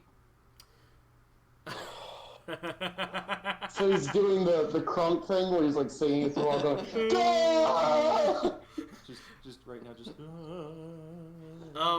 Roll me a dex save, because I like this. Oh god. I'm also not great at that either. Also, don't forget you can touch yourself for advantage on stealth rolls, I think, as a trickster cleric. Don't, alright, listen, don't say it that way, Tyler. I don't know what's going on tonight, but like... It's because the paladin in my party, which, by the way, R.I.P. Arthur Lightmite, level 10. But I love, that was my favorite part of playing paladin. I touch myself. Healing hands, or whatever it's called. Yep, lay on hands, and I touch myself for 5 points. What was that dex save? My favorite is dex save. Let me make sure I don't have... I think it's a 16, but let me make sure that I don't have proficiency in dex. I don't think I do. Probably not. Nope, I didn't know if it was trickery. Yeah, no, so it's a 16 on the dex save. 16. You trip over a rock as you're sneaking over, and you are barely able to, like, skid in a way that doesn't make terribly much noise. You hear chittering in Goblin from within the arrow things, but it seems very, like, lazy chatter. Does anyone in the party speak Goblin? Is there any way that I would be able to hear this and maybe know what they're saying? So anyone who speaks Goblin... yeah, I speak Goblin. Yeah, so, if you speak Goblin, you hear them say, "No, you give me 2-piece. You bet 2-piece, I get 2-piece. I win hand, you give me 2-piece." They're arguing over a game, it sounds like. For future reference, I speak Dwarven. Okay. I'm just gonna motion to them. I'm gonna look at Rush and give him a, like, quiet symbol, and then be like, "Don't worry, they're just, like, gambling." I also It's forgot. a good thing. Go ahead. Good thing I don't have that heavy armor on. Just that chainmail clang, clang, clang. I also forgot my favorite thing about doing goblins, and I'm gonna redo that scene really quick. What? I was about to say. Oh, I didn't realize there were goblins because it wasn't. There was no hex. Well, okay. Well, no. So that's the thing. For me, when goblins speak in common, it is broken, and it is like, "Hey, what you doing, guy? Like, what's up?" But whenever goblins speak in goblin, it's like, "Pardon me, sir, but it do seems that you have made an egregious error on your part, considering the wages that we placed on this game. Now I give you one chance to take back your offense towards me, good sir, or I will take great grievances with you, possibly resulting to violence if necessary." That's what it sounds like if you speak goblin. Jeralf's just gonna be like, Are there only two "Guys, of them? don't worry, it's stupid goblins. Just come on." Are there only two of them? You only hear one speaking. You don't know if there are more. He's gone crazy. He's betting with himself. He won't pay up. So are you guys going through the door? Yeah, I mean, Jeralf's gonna try to crack open the door as quietly as he can. I'm a stealthy stealth trying to figure out how many goblins there are. All right, your stealth roll holds up. You look through the arrow slits, and you see there are 2 arrow slits, but within the arrow slits there are 3 goblins playing cards. The standard goblin has how much? You look at them playing cards, and it looks like they're wagering coins, but also rocks. And you look down and you see one of the goblins has a hand of 5 kings of hearts, even though a standard deck like doesn't have that many. I wonder if I could get away with prestidigitation. I don't know. Do you want to check the other set of arrow slits? Yeah. Okay. The other arrow slits contain 2 goblins that are sitting on chairs, just kind of kicking their feet, being bored. Well, that's too many for my life spells. Alright. So, Jeralf, as you open the door, it leads into a small hallway. What's your passive perception? Oh, wait, I know that. Like, come on, Tyler. Open up the Jeralf sheet over here. Perception 13. I don't know, Tyler. What is my passive perception? Let's see. Q2A. Alright. I'd like to use my passive athletic. Mm-hmm. So... Okay, I'm being an Can I use asshole. my passive deception? Yeah. Anyway. Anyway, so you don't see anything. So yeah, the door opens up to another door that it's like a hallway with like 2 doors in the end of it, and you get into a messy room. Some rusty weapons and threadbare clothing all over the place. It looks like it serves as a coat room and an armory, but it's like a coat room and an armory for like goblins. So it's kind of like, you know, jack shit in here. And as you're in this room, you hear the goblin chittering louder from the north, which is probably where they're all holed up. There are no other ways to go except for north. I'm just gonna look back at them and just kind of be like, so there's goblins up ahead. I don't know exactly how many, but we should probably be careful just in case. I'm keeping It sounds like they're pretty distracted with some kind of game, but, you know, we So question. try to keep a distance. We're like cave-esque. Oh, we're in the sewers. Duh. I got an idea.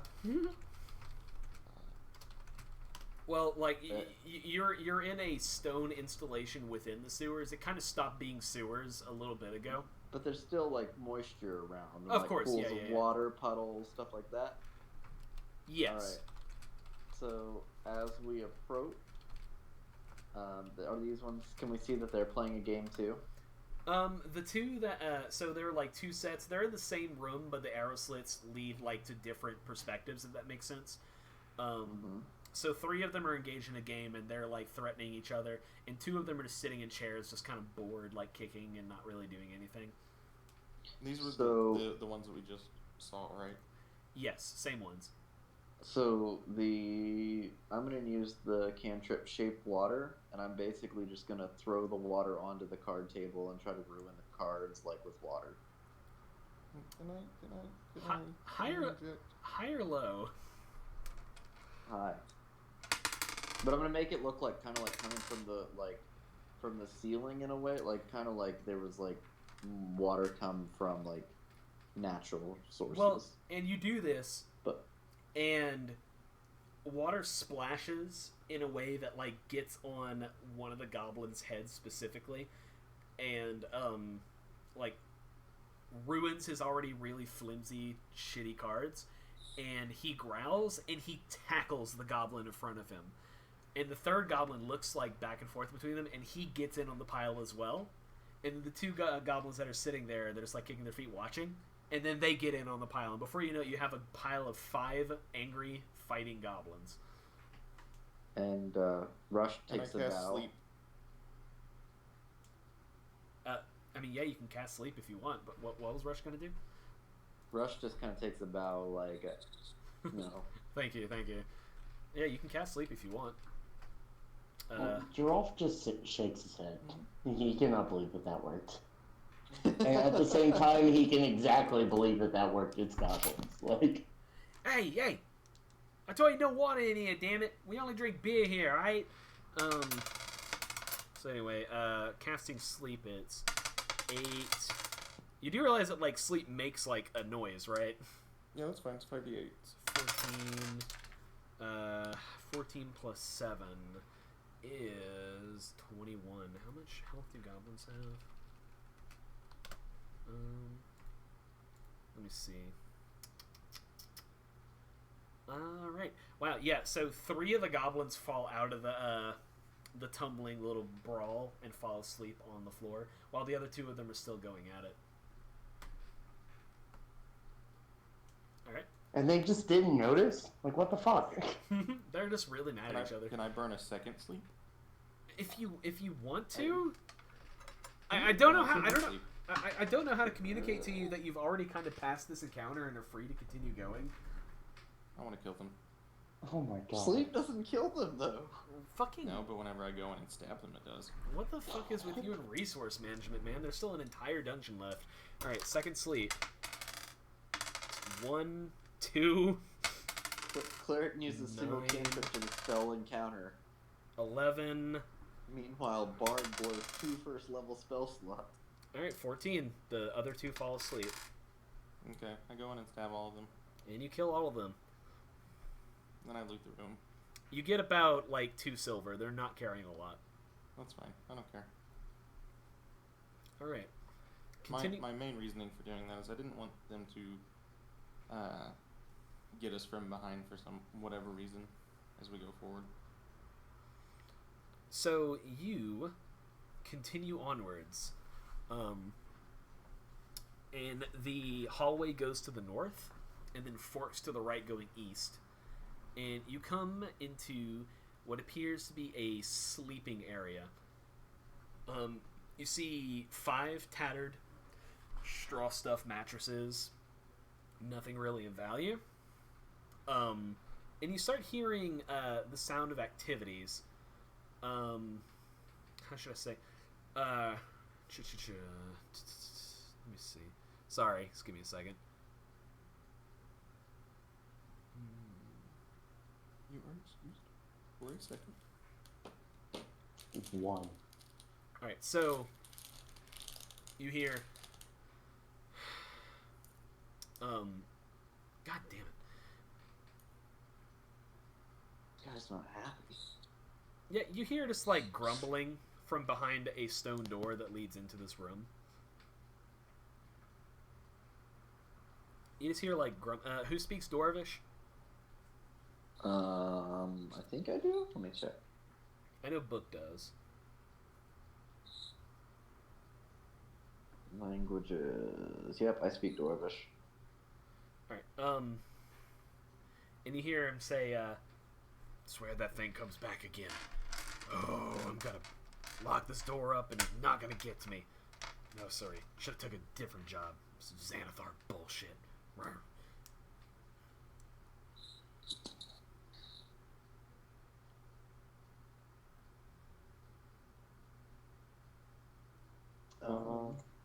And he's gonna kind of look around and be like, rushes. He's gonna look around and be like, I don't feel like. I feel like they're hiding from something. Like they're trying to keep from something. So we probably shouldn't stay put for too long.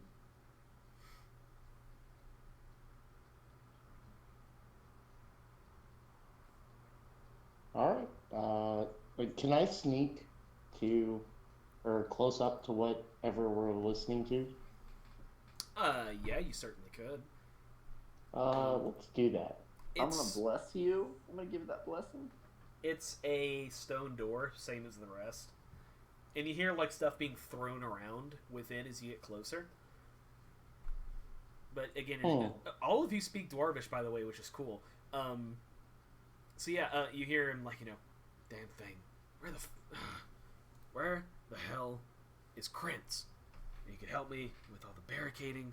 Get the hell out of here. Start a new life. Maybe we can go to Neverwinter or something. Okay, I don't have the baby anymore. So Okay, cool. I heard something about dwarves or speaking dwarvish or something. Yes, Help you me just- barricade and get the hell out. Yeah, something like that. There's some dude complaining on the inside of this room. Okay. I cast sleep. No, just kidding. Just kidding. Yeah, I was about to say, I don't think you have any sleeps left. I have 3 first level spell slots. So you have 1 sleep left. I have 1 sleep left.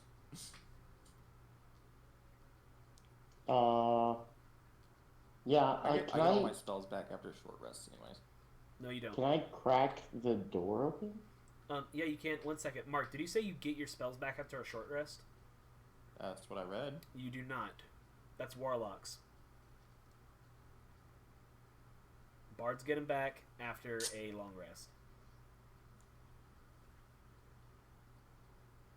That is why warlocks are like that. They're the short rest class. Ah. Oh well. Yes. Either way, I have other things I can do. All right. So yeah, you can crack the door open. Make me another stealth check because your last one was not super great. Okay. Oh yeah, sorry, I have to do it. Are you still driving? I'm almost home. Okay. By the way, I did give him blessings, so he has advantage. Okay. Well, the first one, we'll take the first result, which is a blah blah blah blah blah. Where's your stealth? 17. All right. Yeah, you're able to creak open the door, and as you do that, you notice like a few things sliding behind the door. And like you hear the sound of like a wooden chair falling off, and you hear, "What the hell?" Oh. Also, just so you know, Josh, too, that Blessing of the Trickster gives you stealth advantage for an hour, or until I cast it on someone else. Okay. And you hear the sound of very stumpy dwarven legs stomping towards you. Not good. Panic? I'm gonna shove the door as hard as I can. I'm gonna wait until can I wait until he's close and then just shove the door as hard as I can? Half prestidigitation. We can do things better than this. No, we can't. Okay. There we go. Let's just give away our position. That's the point. Wait, I'm sorry. Yeah. What are you doing? Yeah, so I'm gonna wait until I hear the footsteps get closer, and then I'm just gonna shove the door as hard as I can to try to knock the stuff over on top of him. I like it. Okay. I'll have you roll strength if that's okay. Oh, I mean, 13. Well, you have that bless. No, bless doesn't do it. 13 will do it though.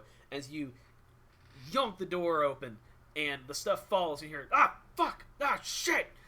And you'd hear just like a dude like fall back over and like start scrambling to get out of a bunch of stuff. As you open the door, you see. Let me read what you see.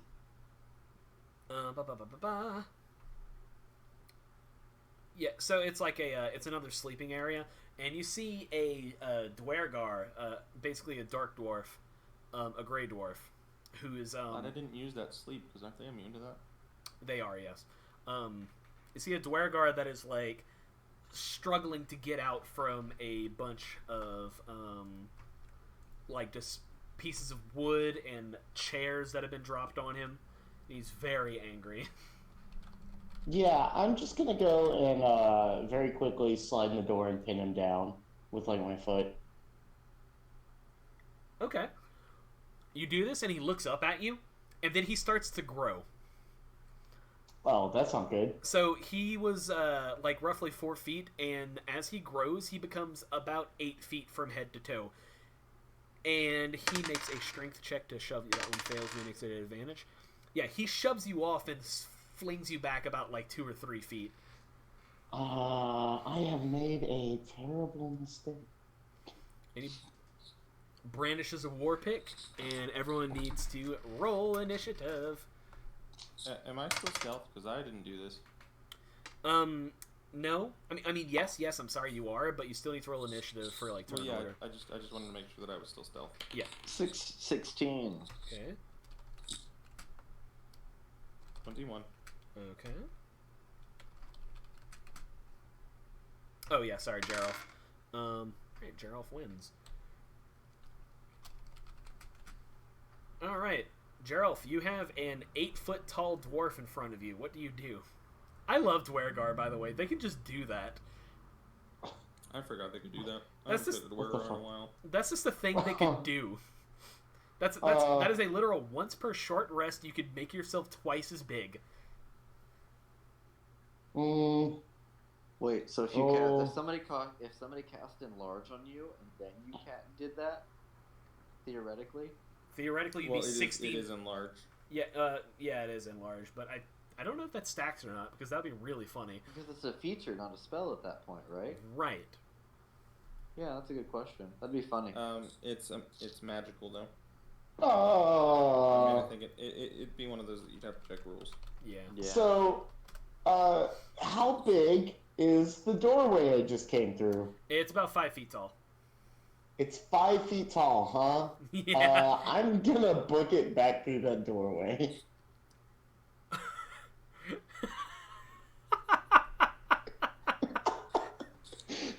This is awesome. All right, book. There's a dwarf inside this room that is like still angry, coming back at you. Well, he's not coming back at me. Well, I mean, at Jeralf. Sorry. I'm gonna go ahead and just back up Help. a little bit, stay stealth, and just kind of watch this play out. I hate you so much. You're the idiot, not me. Book has done nothing. Okay. Accurate. To the Dwergar, he grabs the book. The book. He grabs the He grabs door. the book, and he reads a bedtime story. He grabs the door that you guys pushed open. He rips it off of its hinges and throws it down the hallway. Everyone make a dexterity save. I make a dexterity save. Okay, cool. 17. 17 does it. I'm really hoping that I save with how well that was. It's DC 50, and Jeralf and Rush have passed. I thought you said DC 50 for a second. Yeah, DC 50. What'd you roll? Well, that's a 20, unnat 20. All right, yeah. So, he chucks this stone door through the hallway, and it skids across like the hallway bit, and but you guys all managed to avoid taking a stone door to the face, and it falls just a little bit behind you, and he starts yelling, "Hey, all you boys, get in here! I don't think the goop is around. We got intruders." Oh man. I'm pretty sure he's calling for the people I killed. But he also said the goop isn't around. God I don't know damn what the it. goop is. Why? I just want to not have a fucking cube. It's well, he just said a goop. You don't know if it's a cube. I guess it could be a slime, but regardless, it's still not fun. I ain't worried. Sorry, Rush. It's your turn. Yeah, fuck it. Rush isn't scared of no ghost. He runs in and takes a mace to the face. Hits him I guess you could. You could probably hit his face.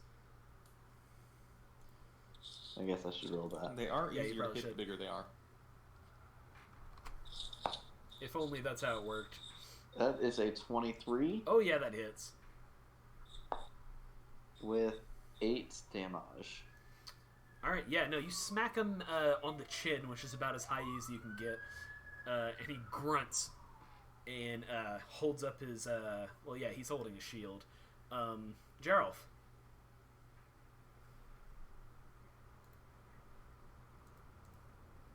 Buddy boy. He might be home. He might be getting inside. I'm here. Oh, hello. Wait, I am actually home, but I gotta get things pulled up. Yeah, you're good, dude. Yeah, What's your turn? Gerald's gonna pull out his bow and just aim down the hallway and take a shot at the dwarf. All right, yeah, do it. You do it. I do Sorry. do that. Okay, sorry. Yeah, that does hit for 1d8 plus 4. Where's my d8? Alright, damn, dude. Fucking 12 damage. Yeah, the bow But does that's a lot not of damage. all. No, you maxed out is what I'm saying. But that's not all. I'm engaged with him. Oh, fuck, he gets a sneak attack. That's true. Alright, the dwarf fucking dies. So you angle a shot, and it goes through his enlarged gullet, and he falls back and slams on the ground, leaving a giant cloud of dust as his dead body begins to shrink back to its normal size. Before Book can do it, I loot the body. All right, let's see. Book is a fair man. If you get to the money first, it's yours. Adapt, overcome. So it doesn't look like he's carrying anything of worth. He does have a war pick, but it's pretty standard, unremarkable. Yeah, I don't need that. All right, there are 2 doors. One of them has like a crude drawing of a male sign, a female sign, and a question mark carved on it. And then one of them is just a standard stone door. So one of them's the bathroom. I kind of want to, though. At least they're accepting of everybody. I want to see, actually. I want to know where this goes, so I'm going to check that one. All right, you open the door to the lavatory, and it's a pretty basic lavatory. It's got a single hole in the floor that opens into a cesspit. Are you saying lavatory or laboratory? Lavatory, sorry.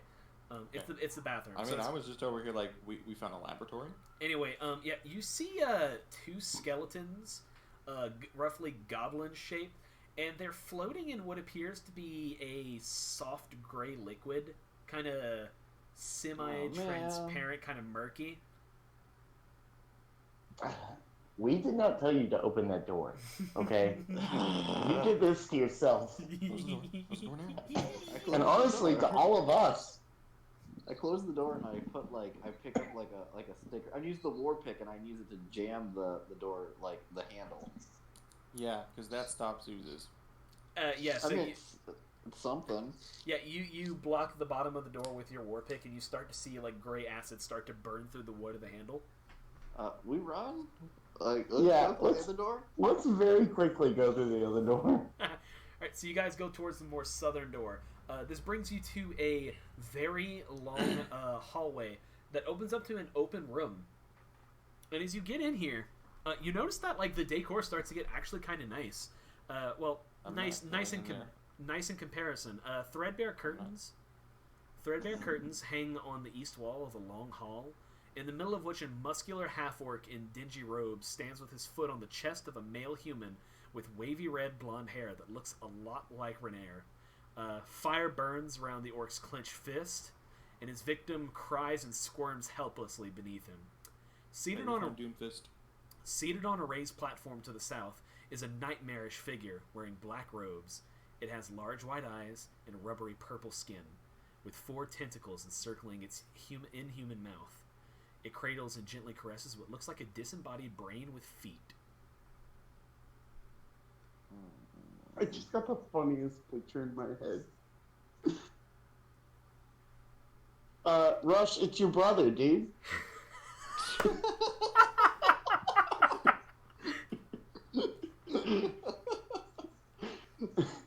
And as you guys enter this room, I need you to roll initiative. No. As the half-orc says, "What the I hell?" guess I can do that for myself now. I also forgot that Renaer's with you guys, so I'm going to roll initiative for him for the first time.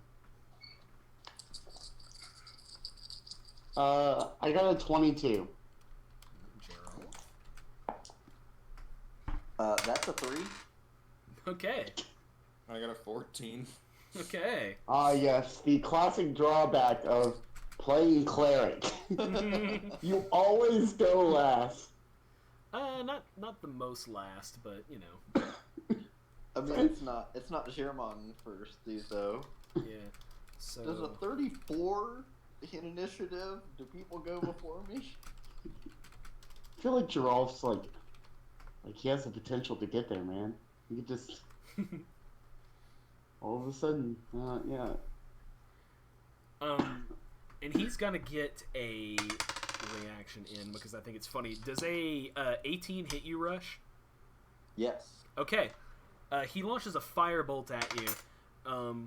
It does 5 fire damage, and it's at this exact moment in time that the enchantment on you wears off, as the firebolt pretty much literally knocks the purple out of you. Oh. It's very unfair. Tyler, I'm going to need you to revise this. This is, like, detrimental to my experience as a player.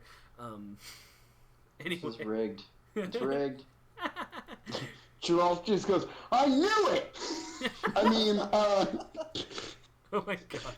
I need to fucking fix the title card now, I guess. He hit me so hard, he changed my color. Can you see what happened? Oh my god. Can we register that as like a hate crime? Oh my god. dude, Alright. that is not okay. It is 480 AD. You cannot...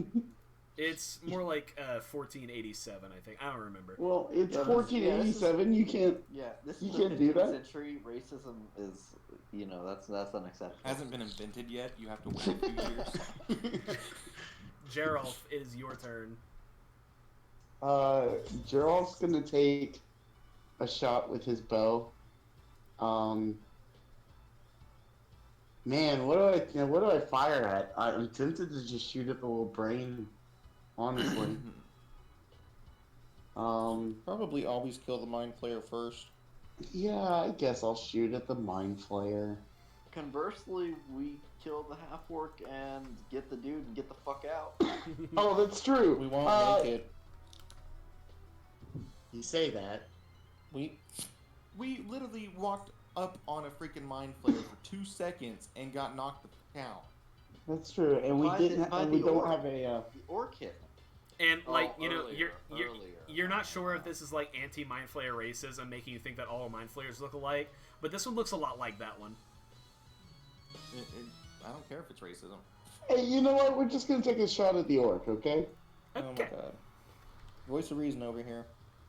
Let me see. Does a let me make sure 12 hit? I might actually. 1 second. You know what? I'm glad you didn't shoot at the mind flayer. You were just pissed off. It was that or a crit fail. So your choice. Bardic inspiration. It does hit actually. Hey. Sweet. We're gonna do 7 damage. Okay. Yeah, he takes it and he grunts a little bit as the arrow digs its way into his shoulder. Next is Book. Okay.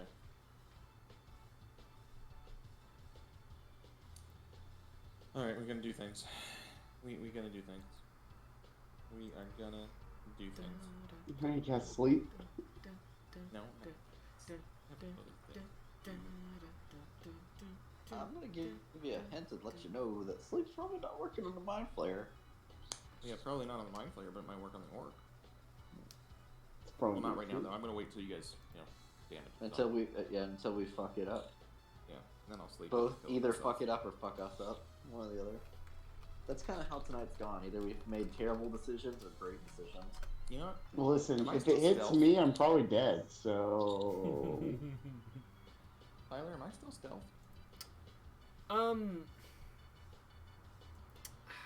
I really want to tell you no because that's way more fun, but that would be kind of mean. So I would say you could probably like hide behind some of the curtains and everything, but you do feel like a slight headache when you're in this room, as if something's probing you.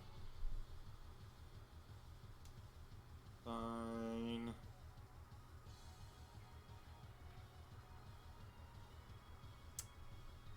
I vicious mockery the orc.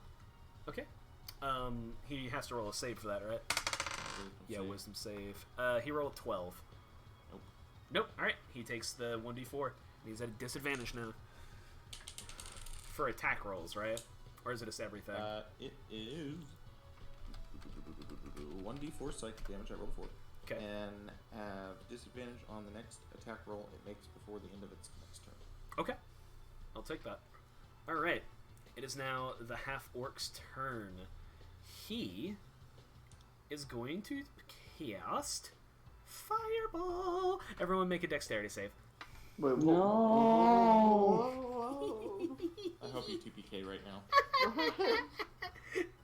What? I have 14 or 15 freaking Yeah, health, I actually bro. don't know that I could survive a save throw.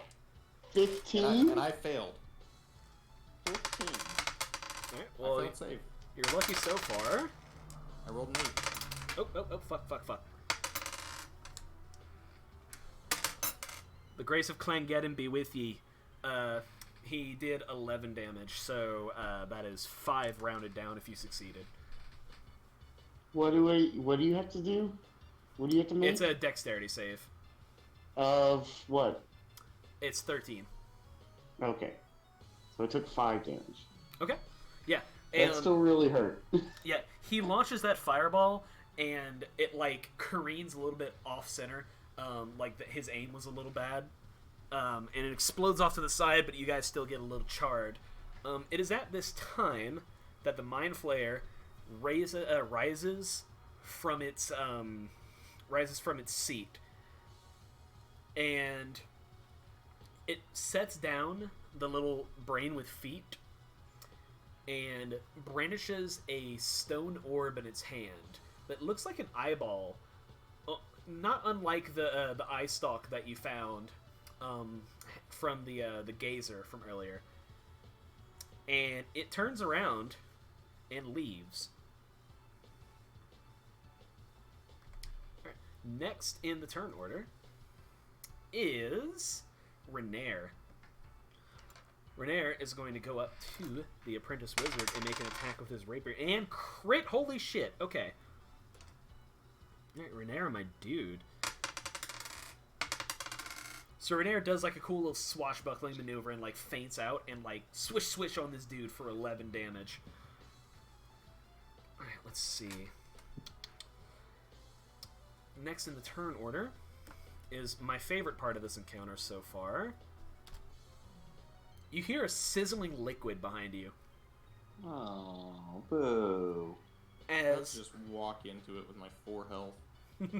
As the gray ooze slithers between your feet and launches up at the half-orc. And it hits him for not a lot of damage. Alright, this gray ooze is starting to like form a puddle around the half-orc's feet, and it's starting to lash up at him and like try to hit him with the scalding ooze that it's made out of. Jeralf, the turn is to you. You skipped me. I did skip you, it's Rush. So, okay. Lay of the land. Mind Flayer turn around on the left. Yeah, he went through a back door. Okay. Ooze is engaged with the half-orc. Is the half-orc still, like, pinning the dude we're saving? No, he left him alone. The dude. Oh, then the I'm dude. gonna pick up the dude we're saving, put him in a fireman carry, and bolt. All right. You hear Floon like groaning. He is not doing good. That's fine. We can deal with that. Yeah, we can deal with that as we get like down the hall. It's fine. Whatever. All right. Or I cast Cure Wounds. All right. Roll for it. Gotta pull it up. 1d8 plus my spellcasting ability modifier. Well, it's not max, but it's whatever my spellcasting. Oh, damn! It's high enough. I forgot I had a. How much do you give him? 8. 8. All right. I'm not giving it to him. It's on me. Oh! I was about to say. I was like, what? Book's doing something for someone else? All right. What are you talking about? I'm dying over here. Oh dear. All right. Back to the half-orc. He's going to cast Magic Missile at the ooze. I'm so confused on the turn order because didn't Jeralf go too? He did. Wait, it was you. I'm sorry. Okay, I thought Jeralf did the. I forgot that all 3 of you are one after another. I thought Jeralf did the fireman's character. Jeralf, it is you. Gerald's just gonna back her away from the gray ooze and take another shot with his bow, I guess. At the ooze or the orc? No, at the orc. Okay. No reason to piss off the ooze. Fair enough. I'm guessing a 10 does not hit. The half-orc, it does not. Your arrow launches towards it, and like as the ooze is trying to attack the half-orc, the arrow gets caught in the sizzling ooze and kind of like melts halfway through. Now it is the half-orc's turn. Yeah, because Book acted out of turn, and I kind of like got confused. Mark? Well, I thought we were running, so I thought it was kind of a free-for-all. Not quite. But I mean, yeah, you're more than welcome to run, but let's see. Yeah, he casts Magic Missile at the thing. The ooze. Okay. Excellent. Awesome. The 4 pins of magical energy shoot down at the thing, and the gray ooze starts to recede and evaporate. Alright. After that, it's Renair, who is going to back away and launch a throwing dagger at the orc. And he misses. God damn it, Renair. Hey, he crit last time in his defense. Oh, you know, Fuck that guy still. Why are Rush. you guys still fighting it? He took a step back. This is his. Yeah, like, yeah, he, running attack. it's like his Okay. running away attack. Rush, go. This is his. Rush is going to.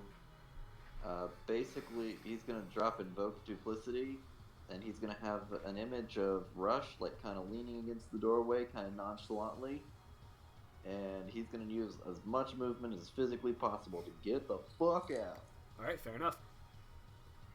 Alright, so you are now in the hallway, the very long hallway that led up into this room. Alright, Jeralf. I guess Gerald's gonna back up 30 more feet and take another shot with the bow. Like, Alright, do it. just try to defend. 16? It's a hit. Roll damage. 9. 9 damage. Alright. Is he also engaged? Not something? anymore because the Grey Ooze is dead. Oh, okay. Yeah, everyone broke off from it. Alright, he's not looking too hot. The second arrow lodges itself in, like, around the area of his appendix, and he grunts really hard, coughs up a little bit of blood, but he's still approaching you. Book. I'm gonna do the dash action, and I'm gonna use my double speed from Tabaxi. Alright, so you're going to move 120 feet. So yeah, you get on all fours, and you just book it out of there, for lack of a better term. You get through the entirety of the hallway, and you make it into the sleeping area where you killed the dwarf earlier. Alright. Kenku. After Rush, it is the Orc Boy. After Book, it's the Orc, or after me? It's Rush, Jeralf, Book, Orc, Renair, Rush. Okay. Okay? Alright. You said after Rush, so you meant after Book. Yeah, that's what. That's what I meant. That's why he was asking. I got Sorry. Yeah. Alright, and he casts Magic Missile once again.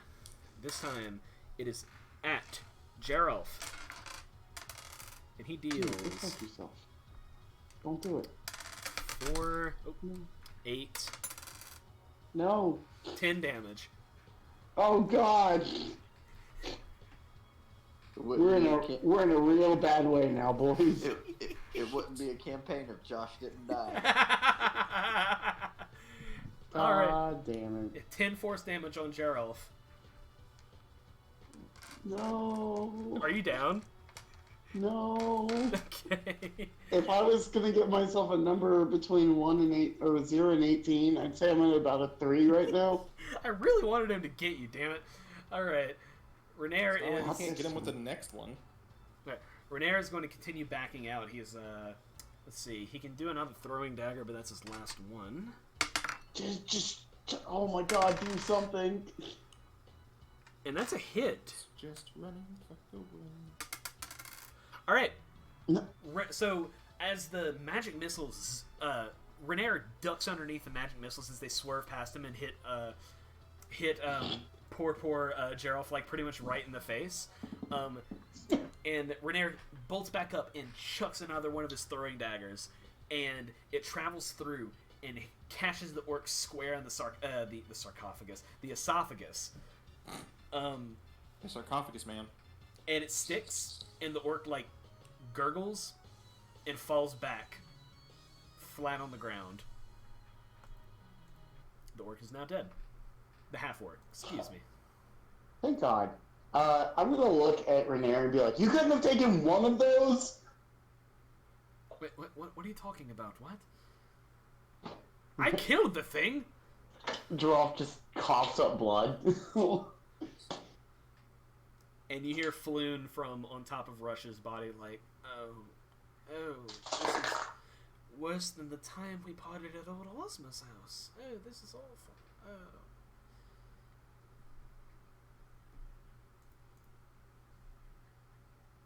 And Renair Let's just get the hell out of here. Yeah, no, Rush is still booking it. Like he's not turning back for that shit. Alright. So, yeah, you guys make it back to the three-way junction that the Gazer was standing watch on, and you don't see the Gazer. And there is a ladder that leads up to a sewer entrance from here.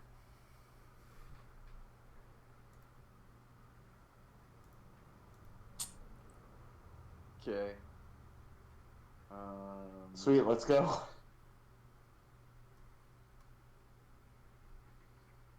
Can we? Yes. Or is Yes. Sorry. okay. Sorry. Yeah. So you guys take that entrance out. I just needed to find it again. The warehouse that you guys were in and the layout for this dungeon are like they blend into each other really hard. So it's like it's kind of hard to tell the two apart. Anyway. So yeah, you take the ladder out and open the. You take it and you find yourself in a cellar, and you hear like the sound of basic tavern going happening in the background, and it smells like fish.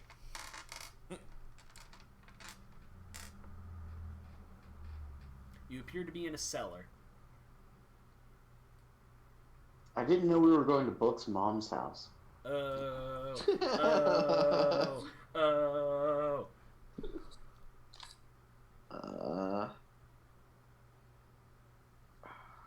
I think Rush is the one that looks the best out of the group, so he's gonna be like, all right, I'll check it out. Right, and so you're leaving the cellar? yes. Wait. Before you go, could you heal me a little bit? Maybe, Anything at all. Probably. Yeah. I didn't know how many spell slots I'd left, but I still have a couple, so you're good. Literally anything. I'll take anything at this point. Where's that D8? That is 5. Sweet. It puts me at 8 health. Maybe I can take one hit. But I'm going to slowly... well, before I go up, do I hear, like, do I hear anything? You hear a raucous chanting of what seems to be a sailor shanty. Okay. When Rush, like, comes up, he's gonna kind of try to blend in and just kind of be like a white guy in the bar, like white guy in the club, like kind of dancing, like moving his arms and kind of like bouncing, but not really great dancing. Where are you leaving Floon while you're doing this? I'm gonna leave him with the party in the cellar. Okay, Renair will take care of him then. Okay, yeah. So you're just like gonna join in with the what do you do with a drunken sailor? What do you do with a drunken sailor? Yep. Yeah, and you're looking at all like the sailors and everything, and most of them are just like big burly dudes with the occasional like unnaturally like stout halfling among them. But they do not notice you. You're just like going, and it seems like the waiting staff is horribly overtaxed as these guys are going through their entire stock of ale. But yeah, you're getting through pretty easily. Okay. And they all seem pretty distracted on this. Like they're having a grand old time. Okay. As far as you can tell, this is just like a standard like sailor's pub. Okay, so I'm gonna kind of like boogie on my way back down to the cellar, and as I take my step in, I'm just gonna give him like the hand motion, like come on, let's go. You guys follow? Yeah. All right. And as you guys get out, and Renair goes out with Floon, fireman carried on his back. Well, no, we're gonna do Floon. Me and Renair are gonna like grab him like one on each side, like we're carrying out our drunk buddy. I was about to say they see this and they're like, "I think he needs another one to drink, lads," and they start laughing, but they don't make any effort to like hinder you. It's like a weekend at Bernie's, except he's not quite dead yet. Can I please go to sleep now? Thank you. All right, and you guys are able to exit the spouting fish, which the spouting fish, which is the sign you see on the outside of the tavern. Is it like those largemouth bass, the Billy the Bass It sign is exactly. things? Not only that, it is animated, and it is singing along with "What Do You Do with a Drunken Sailor." It seems to be magically animated. In the river. Take me to the water. Alright, so you guys appear to be in the dock ward, but it would not be a long trip. It would be like an hour or two trip to the yawning portal. Cool, let's go. Alright. Yeah, I mean, I I feel book like it back there. using my Okay. tabaxis. I'm gonna rush back to there. I'm gonna Jeralf there. So yeah, you guys with My Renair. goal is to get there first. You guys with Renair and Floon, narratively, for narrative convenience, get there around the same time. My 120 speed. For narrative convenience. I mean, I don't want to fight with these guys on who's getting the money. For narrative convenience. So, you guys get there, and as you go into the portal, you see... But if you get there, you're getting there without the dude. That's fine. So then we get the dude. How is that helping you get the bounty? I'm going to be there first, so whenever he puts the money on the table. So you get there first, and as you walk in, you see a group of, like, very geared up adventurers dealing with the latest thing to crawl out of the yawning portal, which appears to be the upper half of a purple worm that is just, like, flailing around. But as you dodge, like, a sloosh of, like, acid, you see Dernan the bartender take his greatsword and, like, kind of boring, like, very bored look on his face, walk up to it, like, put up a L with his free hand to, like, kind of measure something, and then he takes one chop at it, and then the purple worm slithers back down. I don't like this bar. I fucking love the yawning portal so much. So anyway, Barbaric. you see Volo, and he's, like, clapping, and he's writing down notes at the table. We approach, me and the dude are gonna approach Volo with the other dude. And Volo immediately gets a health potion out and force feeds it to Floon, who immediately perks up. And he's like, Oh, this is lovely. Oh, thank you. Oh, and I'm sorry, this is my first time being conscious for the first thing. Oh, Renair, sweetheart, you look lovely. And Volo, lose weight. The three of you, oh, my beautiful, beautiful saviors. Oh, my name is Floon Blagmaar. And, well, you must, well, who are you? Are you Renair's friends? I mean, we've just met him, like, what, yesterday? But, I mean, I feel like we're pretty good friends. I mean, about like, the closest friend I have. Oh, good. Because any friend of Renair, my dear Renair, is a good friend of mine. No, please let me. And Volo stops him, and he's like, my friends, you have my dearest thanks for saving my dear friend Floon. Now, I did promise you, compensation. Now, He doesn't have it. He doesn't. I confess that I have but few coins to spare, but never let it be said that Volo reneges on a promise. Allow me to present something much more valuable. And he holds out a scroll tube. The deed to a remarkable property here in Waterdeep. We'll need a magistrate to witness the transfer of ownership, but I'll arrange a meeting with one What a after you've coincidence. inspected the I know a guy. estate and deemed it satisfactory. And so, Oh, God. yay, lakefront property. And so you see the space, and it has you see the thing, and it's a transference of deed, with a slot for 3 names to be signed for what is appeared to be called Troll Skull Manor. Sorry, guys. My name's so long. There wasn't any room left for yours. That's fine. I'll just write over it. That's cool. You'll need to like get it notarized with a magistrate present, or else it won't be valid. I'm just kidding. You can do a guy, like, I'm down. No, I totally know a guy. Okay. I have plenty of back alley magistrates. We just asked the bartender, hey, are you a notary republic? Not that kind of public servant, kid. I serve Worth a shot. I serve drinks. Little do you know, I am a notary. So tell me about this so Waterdeep is fairly corruption free. I say fairly because it's not totally corruption free. So tell me. He says fairly because Book's here now. Yeah. Book is the only, like, unfair. No, tell me about this magistrate that you know. This magistrate that I know? Okay. Yes. Meanwhile, can I have that deed? Would you like Volo's carrying it until you get it signed? Would you like me to read Okay. Would you like I me was to? about to say, just making sure that fucker can't sign it without us. Yeah. Would you like for me to read? I wouldn't do that. I don't want to keep up with property by myself. All right. Would you like for me to read the I know a guy house rules? Yeah, go for it. All right. To enact the rule, the player must declare that they know a guy relevant to the given situation that the party is faced with. The party's fighter might declare that he knows a blacksmith that can repair a mysterious broken shield, or the rogue might know an unscrupulous attorney that can get the group out of some unexpected legal trouble. Once this is done, the NPC is created by this rule is placed in a relevant location and can possibly be spoken to by the party. This rule does not apply to characters that already exist and have already been met by player characters, as no extra step is required to create and meet them. The role of the player. The player must supply the surface information about the character.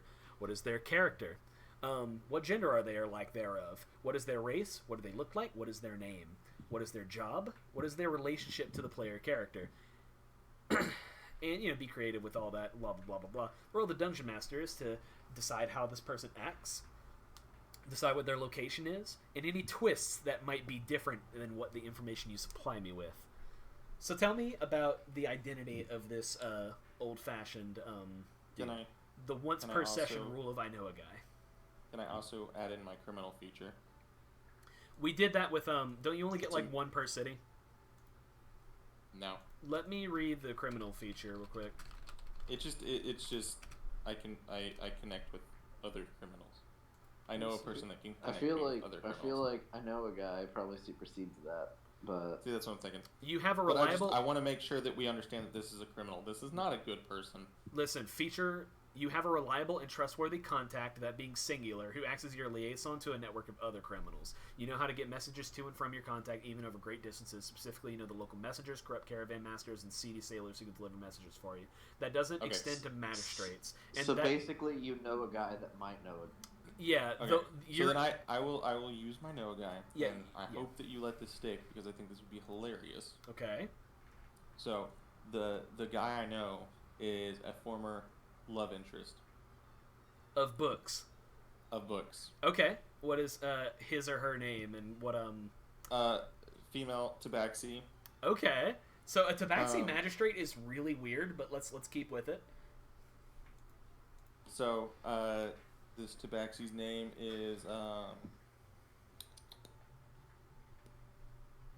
Could we go with something that contrasts with book, like say scroll or note? Let's see. Quill. I like it. And so the reason why it's funny that it's a former love interest is because I may or may not have cheated her out of some money. A book? Really? No. Say it ain't so. I know, it's crazy. I know. So Quill... It's kind of like the whole Han Solo-Lando relationship. Right. So Quill operates an office in the city court, like in the center of town. You know, every notary and every like magistrate has their own office. Hers is small because she's kind of like a lesser known magistrate, and people don't really trust her because of fantasy racism. The tabaxi are like, seen as kind of an unknown, but she is the first tabaxi magistrate in the city's history. So the six of you, wait, one, two, three. It's not highly legal. Just saying, she can be bought. I understand. I got you. She still has an office because she's still a magistrate. She has to. Yeah. Yeah. No, I know. Yeah. So the six of you, Floon, Volo, Renair, and the three of you, arrive at the city court. And Volo says, "Floon, Renair, you two make yourselves pretty off somewhere, and my friends and I will oversee the transference of deed. Why don't you?" And they nod. And they kind of just say, "Yeah, okay, cool." So, you enter the office of Quill, and she is a calico tabaxi with a pair of half moon reading glasses, and she's like signing off on some documents and something, and she says, "Hello and welcome to the book, darling. You look terrible." I feel terrible. Good. You deserve it. Now, what can I do for you? I don't have all day. I'm very busy, you understand. I have many things to sign and many things to receive money for and many things to spend money on. I just want to be like, so redheads, huh?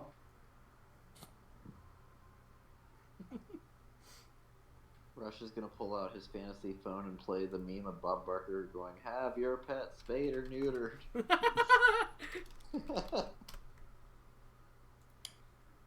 I need something notified.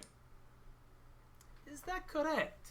You need a favor from me. Say it I don't is need a not favor from you. I so. need a service from you. Oh, well, you know very much that Quill likes to charge much for her services, darling. Yes, I realize that you would be very willing to screw me out of some money, but would you screw these nice gentlemen out of money as well, since we are venturing into real estate together? Absolutely, Well, darling. As a Jeralf matter, looks at him and goes, Jeralf looks at her and goes, listen, no, it's fine. It's fine. You Book can take just it out came of our across a check. lot of money. Yeah, you can just take it out of our check. well, and she looks you down. You have better looking friends, I'll tell you that much.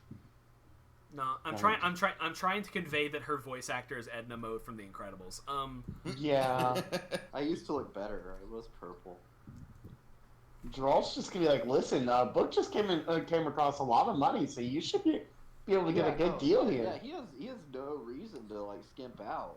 Number one, I can't see purple, darling. I'm very colorblind. It's very unfortunate, but you look a lovely shade of grey. Second of all, I would be willing to take care of the notarizing, as well as the registrations that you will need to take care of. There are many guilds to contact. There are many services to be performed before you can legally occupy a building. Let us ballpark it. For the special interest rate, 300 gold, and it is yours. I doubt you will get a better offer from all the guilds.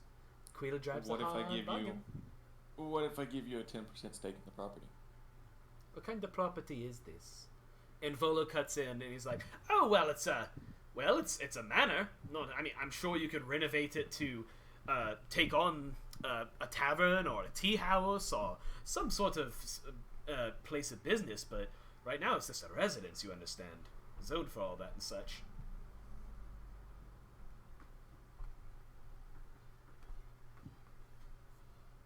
You can cut in here if you want. Oh, I mean, he knows more about this place than I do. I'm new. Jeralf is just gonna shout out and be like, I also heard that we probably need to pick up insurance for the building. Would you be willing to sell us insurance as well? Of course, Book would be willing to cover that. We've heard something about Deed Monkey insurance.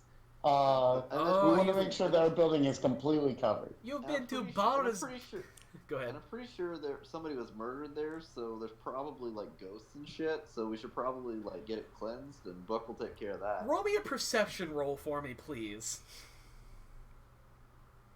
Perception. Just everybody? Yes. No. Just Rush. Oof. You could also That's a use. nat one. Oh yeah. Okay. No. You know, fuck it. Whenever you say the word ghost, Volo's face goes white. Oh no. It's too good to not say Oh, that. No. So anyway, Vola, do we need to have a talk? it's a very fine property, I assure you. Look, let's just get to the signing. Vola, do we need to have a talk? We can get the signing over with. You'll have a lovely property in the middle of Northward. Do you understand how few people could get a property in Northward for 300 gold pieces? That is. Volo, I think we need to have a talk. It's just a little bit of a I think haunting. I want an appraisal. Just a small little haunting. It's just a poltergeist. You don't understand. I was writing a book. I was writing Volo's Guides to Spectres and Geists. It was going to be the next big thing, and that's why I don't have the money for you right now. Publishing is expensive. But listen, just a little bit of a poltergeist problem. Poltergeists are not very they're very malicious, but they're not dangerous. They'll just rattle the walls a little bit while you're sleeping. You understand? You know, Jeralf looks at him, looks at Floon and says, "Sorry, bud, you're going back to the orc." Floon and Air are not in the room with you. Oh, well, I mean, I'll go find him. This is not a problem. You stick your head up. I'll look at Volo and be like, I'm taking him back to the Mountain Slayer. No, listen. Sorry. Listen. At the very least, you're skilled adventurers. This one here's a cleric. Is it like exercising ghosts what you do? I mean, He's not that kind of cleric. That's yeah, racist. I'm I might be. I could like trick the I could trick the ghost maybe, but Exactly. See, you already have a plan. And I didn't know that Volo was a classist. I mean, God. can't you sacrifice to ghosts? Oh yeah, that's true. If we And- got a and I'm blood pretty sure that sacrifice, Volo has been bothering this ghost. I mean, for all we know, this is I have not the been. ghost's house, and Volo's trespassing. So I think we should just give Volo to the ghost. I have. you're right. Maybe if we perform a blood sacrifice, we could get the ghost to leave peacefully. Quill and just i- makes Quill Jeralf is makes like dead eye contact with Volo. Quill is twiddling her thumbs, and she's like, "I sincerely hope that you are not plotting first-degree murder in the office of a magistrate. That is very, No, very this Will, is interesting." you know for a this is- fact. this is at least second or third degree. Listen. We're not going to be completely accountable. Listen.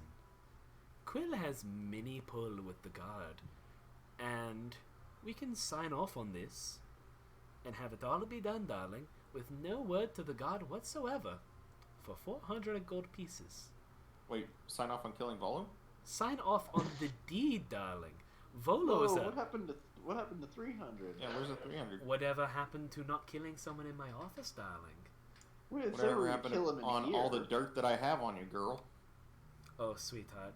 I have my hand on a button right now that will summon every guard in the building. Funny, I had my hand on a button once. You hear a ringing sound pervade through the building. You just hear as some klaxons start going, and I'll be honest with you. and Quill The- Quill looks at you with the biggest grin on her face. 400 gold pieces, darling, and I will make this go away. I don't have 400 gold pieces. Yes, you do. all right. I want to. I'm gonna make an intimidation here. Oh God! I just want to look at her very seriously. Is the door open to the office right now? You opened it whenever you looked for Floon. Okay. I'm gonna shut the door very calmly, make very solid eye contact with her, and go. You know, a lot of cats go missing in this city every single day. How about we come up with a number that is more agreeable to my partner than the obvious extortion you're trying to give? You Volo excuse the joke that we made, and we both part peacefully. is like petrified right now. I have to add. Roll me intimidation at disadvantage as the klaxons continue to. It's an 11. Alright, here we go. 399. I need a wisdom save for charm person. Oh my god! Well, now she's not getting paid shit. What? Hey, I hate you.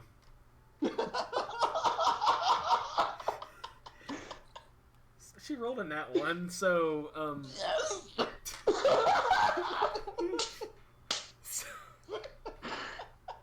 So Quill... Jeralf's just gonna roll his eyes and be like, should've taken the deal.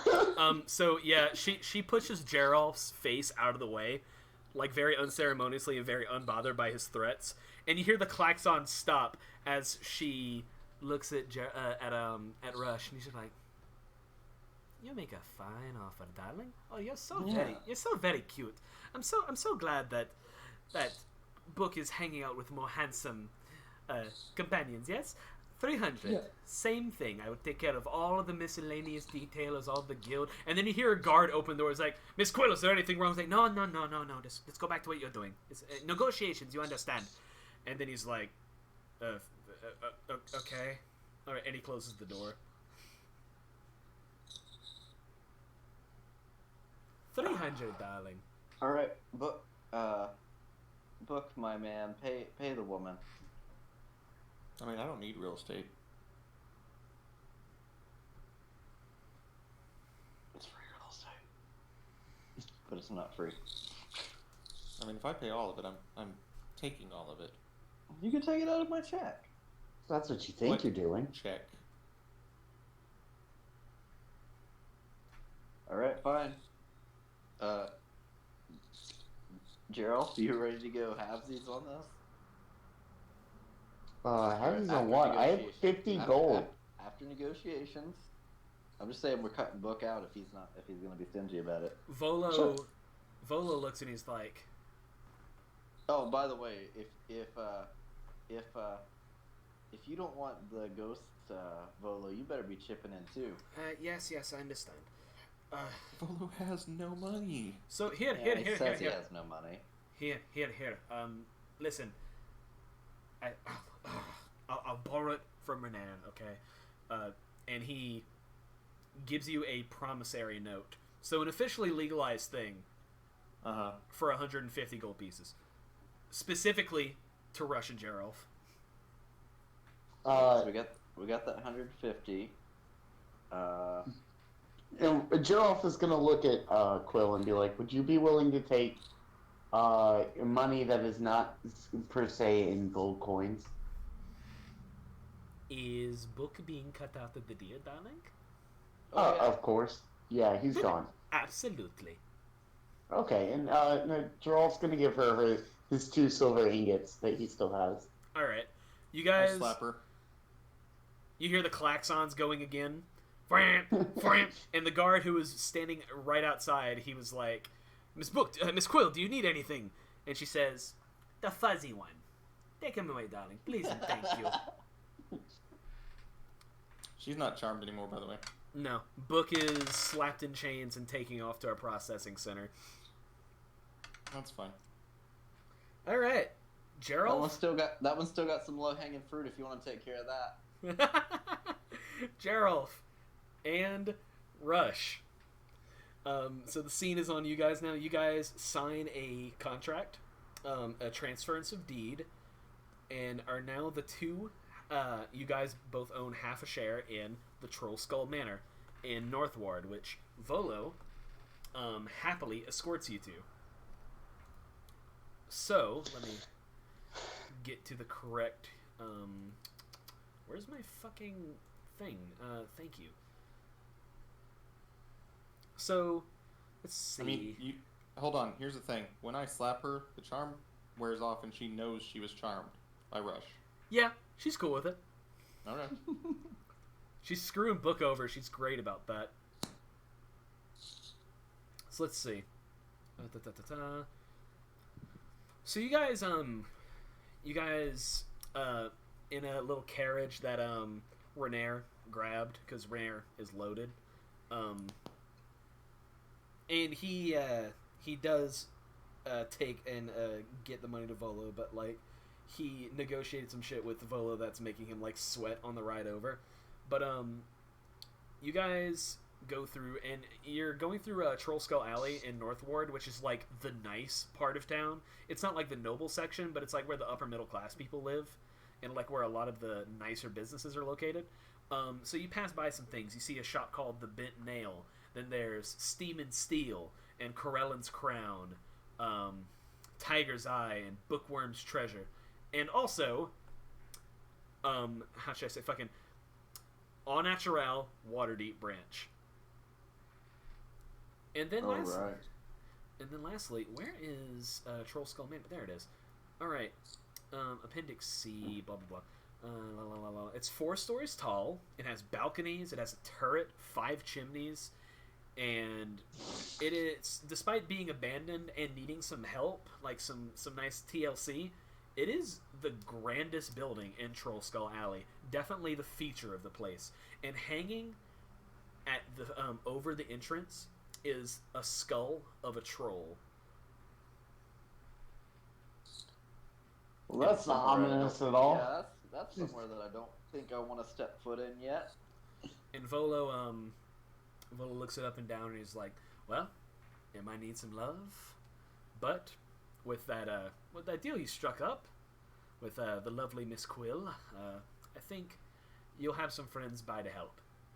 Trust me, Leaf isn't as bad as you might think. He's just a little angry." Tell us about Leaf. You guys are on a first name basis, so yeah, you should probably elaborate a little bit. I believe the ghost is that the poltergeist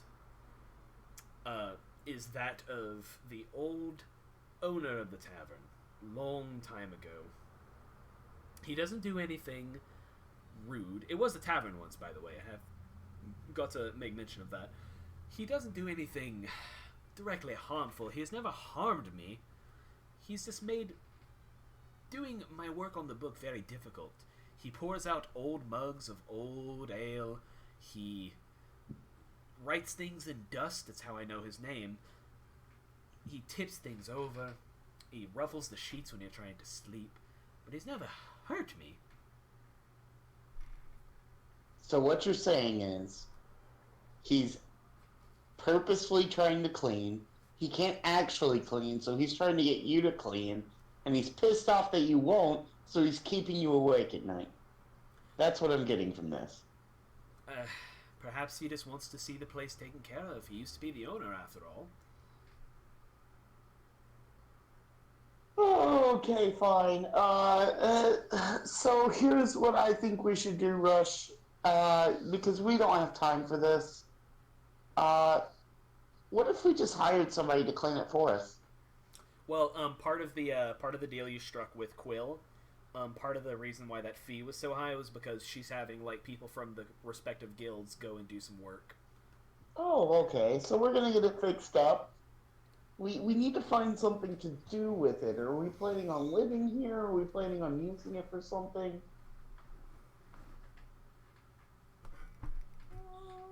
That's a good question. I think we should probably wait out and see what this poltergeist does. I mean, I don't want to do something that's like I don't want to make a business venture, or even stay here if it's going to be more of a hassle than it's worth. That's true, I guess. And then Jeralf's just gonna look at him and be like, "Should we go introduce ourselves?" I don't know what the proper technique is for a poltergeist. How's everyone on time? I probably need to go soon. Yeah, probably Okay. soon. So, as you guys walk in, we'll deal with the aftermath of Troll Skull in a bit. Book. So, you were clapped, and you were taken to general processing and put in a cell where they confiscated all of your belongings and all of your wealth. That's cool. And so you're sitting in a dingy cell up in Dock Ward where they took you. And no one has come visit you for quite a while. You've just been chained to this chair waiting for someone to come to you. And slowly you hear the door opening, and you look, and the room feels suddenly colder. Walks in someone that isn't quite a guard. 1 second, I'm doing musical cue for my own satisfaction. Uh-oh. Uh-oh. Uh-oh. Oof. I think this is the most we've ever fucked up a single session, guys. Anyway. Walks in a hooded figure, about 6 feet tall, cloaked in a purple robe, and poking out from the left side of his robe is a golden metallic arm. And he walks forward, and you see the slight outline of a smile from underneath his dark hood. And he places his metallic arm on your forehead and plucks a tuft of fur from you. And he takes it, and he places it in a bottle and corks it. And then he takes his metal hand one more time and places a single small magical glyph on your forehead. It pulses for a little bit, you feel a slight headache, and then it fades away. And he says to you, "It was a pleasure doing business with you, Mr. Book." And then he turns about and leaves, his golden metal hand slowly closing the door behind him. And that's where we'll end for tonight. Cool. All right. How did everyone think? How was everything? Dude, book got heckin' cursed. Oh man, this is great. That's not how I saw tonight going. Yeah, there's a lot of fun with it. Yeah, it was fun. So the same thing I always want to do. I like to do around the table one thing that do I ever do this with you guys? I don't think I do this with you guys. I like doing a every time we do it, and they're like, "Do I ever do this with you guys?" Oh, okay, fine, whatever. So yeah, Yeah, like 7 times now. fuck off. I like being positive, damn it. So yeah, one positive thing that you like that another player did, or Josh. Oh, and I always have to start. You're the first one on the left. That's why. I like how Book keeps trying to screw us, even though like it literally just like is the worst choice. Like, I'm really enjoying a player becoming like an active antagonist in this story. By the way, we're gonna make $600. Oh no, I'm gonna make $600. No, go fuck yourself. I'm gonna lose you money. Okay then. Like, oh man. So yeah, I'm liking this, and I kind of want to keep pushing this because it could be a really, really interesting bent to this, that a player is just a villain. It could get really hard to run, and I don't know how far I'm willing to take it, but we'll see. There's some interesting things that happen with your encounter with the gentleman with the Thanos arm. Isaac, Do I get my money back?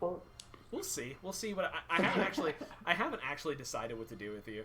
I like to think that Quill's very vengeful. And Quill, by the way, is absolutely a recurring character now because I always need more excuses to do my Edna Mode voice. oh yeah. Also, The worst part is the ex lover was ex betrothed. Ooh. Well, you should have told me that. why? Now it's even Why worse. did you do this to yourself? Because it's funny. Because it's cool, interesting it's fun. story. Yeah, it's interesting storytelling. I'm loving this.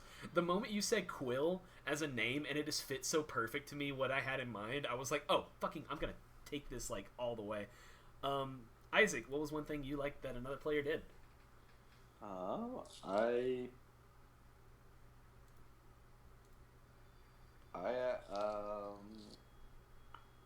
Going back to the warehouse, the fact that we just pitched the paintings and just kind of left them sitting in that alley. Yeah. Like, there were so many opportunities for you guys to fuck that up, and you just kept on rolling great. Yeah, like the whole and the fact that without dropping a dime, we walked into that room having not really committed any real crimes together, and just instantly we're like, fucking loot this room. Be gay, do crimes. Hell yeah. God. Dude, that should be the title of this episode. Be gay, do crimes? Yeah. You got it, yeah, that's it. Alright. Because we had the comment at the beginning about Jeralf being in the closet. Oh man. Alright. Be gay, do crimes. Mark, one thing that you liked that another player did. Nothing. You all suck. Come on. Work with me here, man. Come on.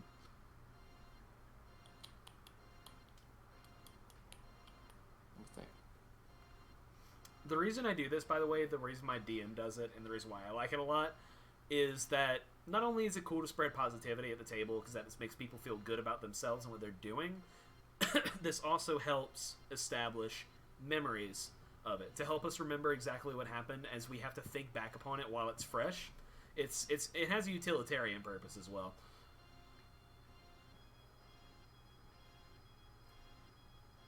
Listen, Mark's not allowed to be mad at us because we're not willing to get stabbed in the back. It's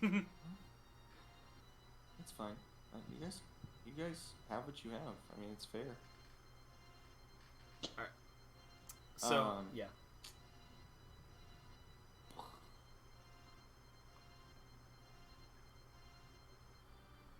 really trying to think, man. Yeah, a lot happened. We went for like 3 hours. Yeah, I know.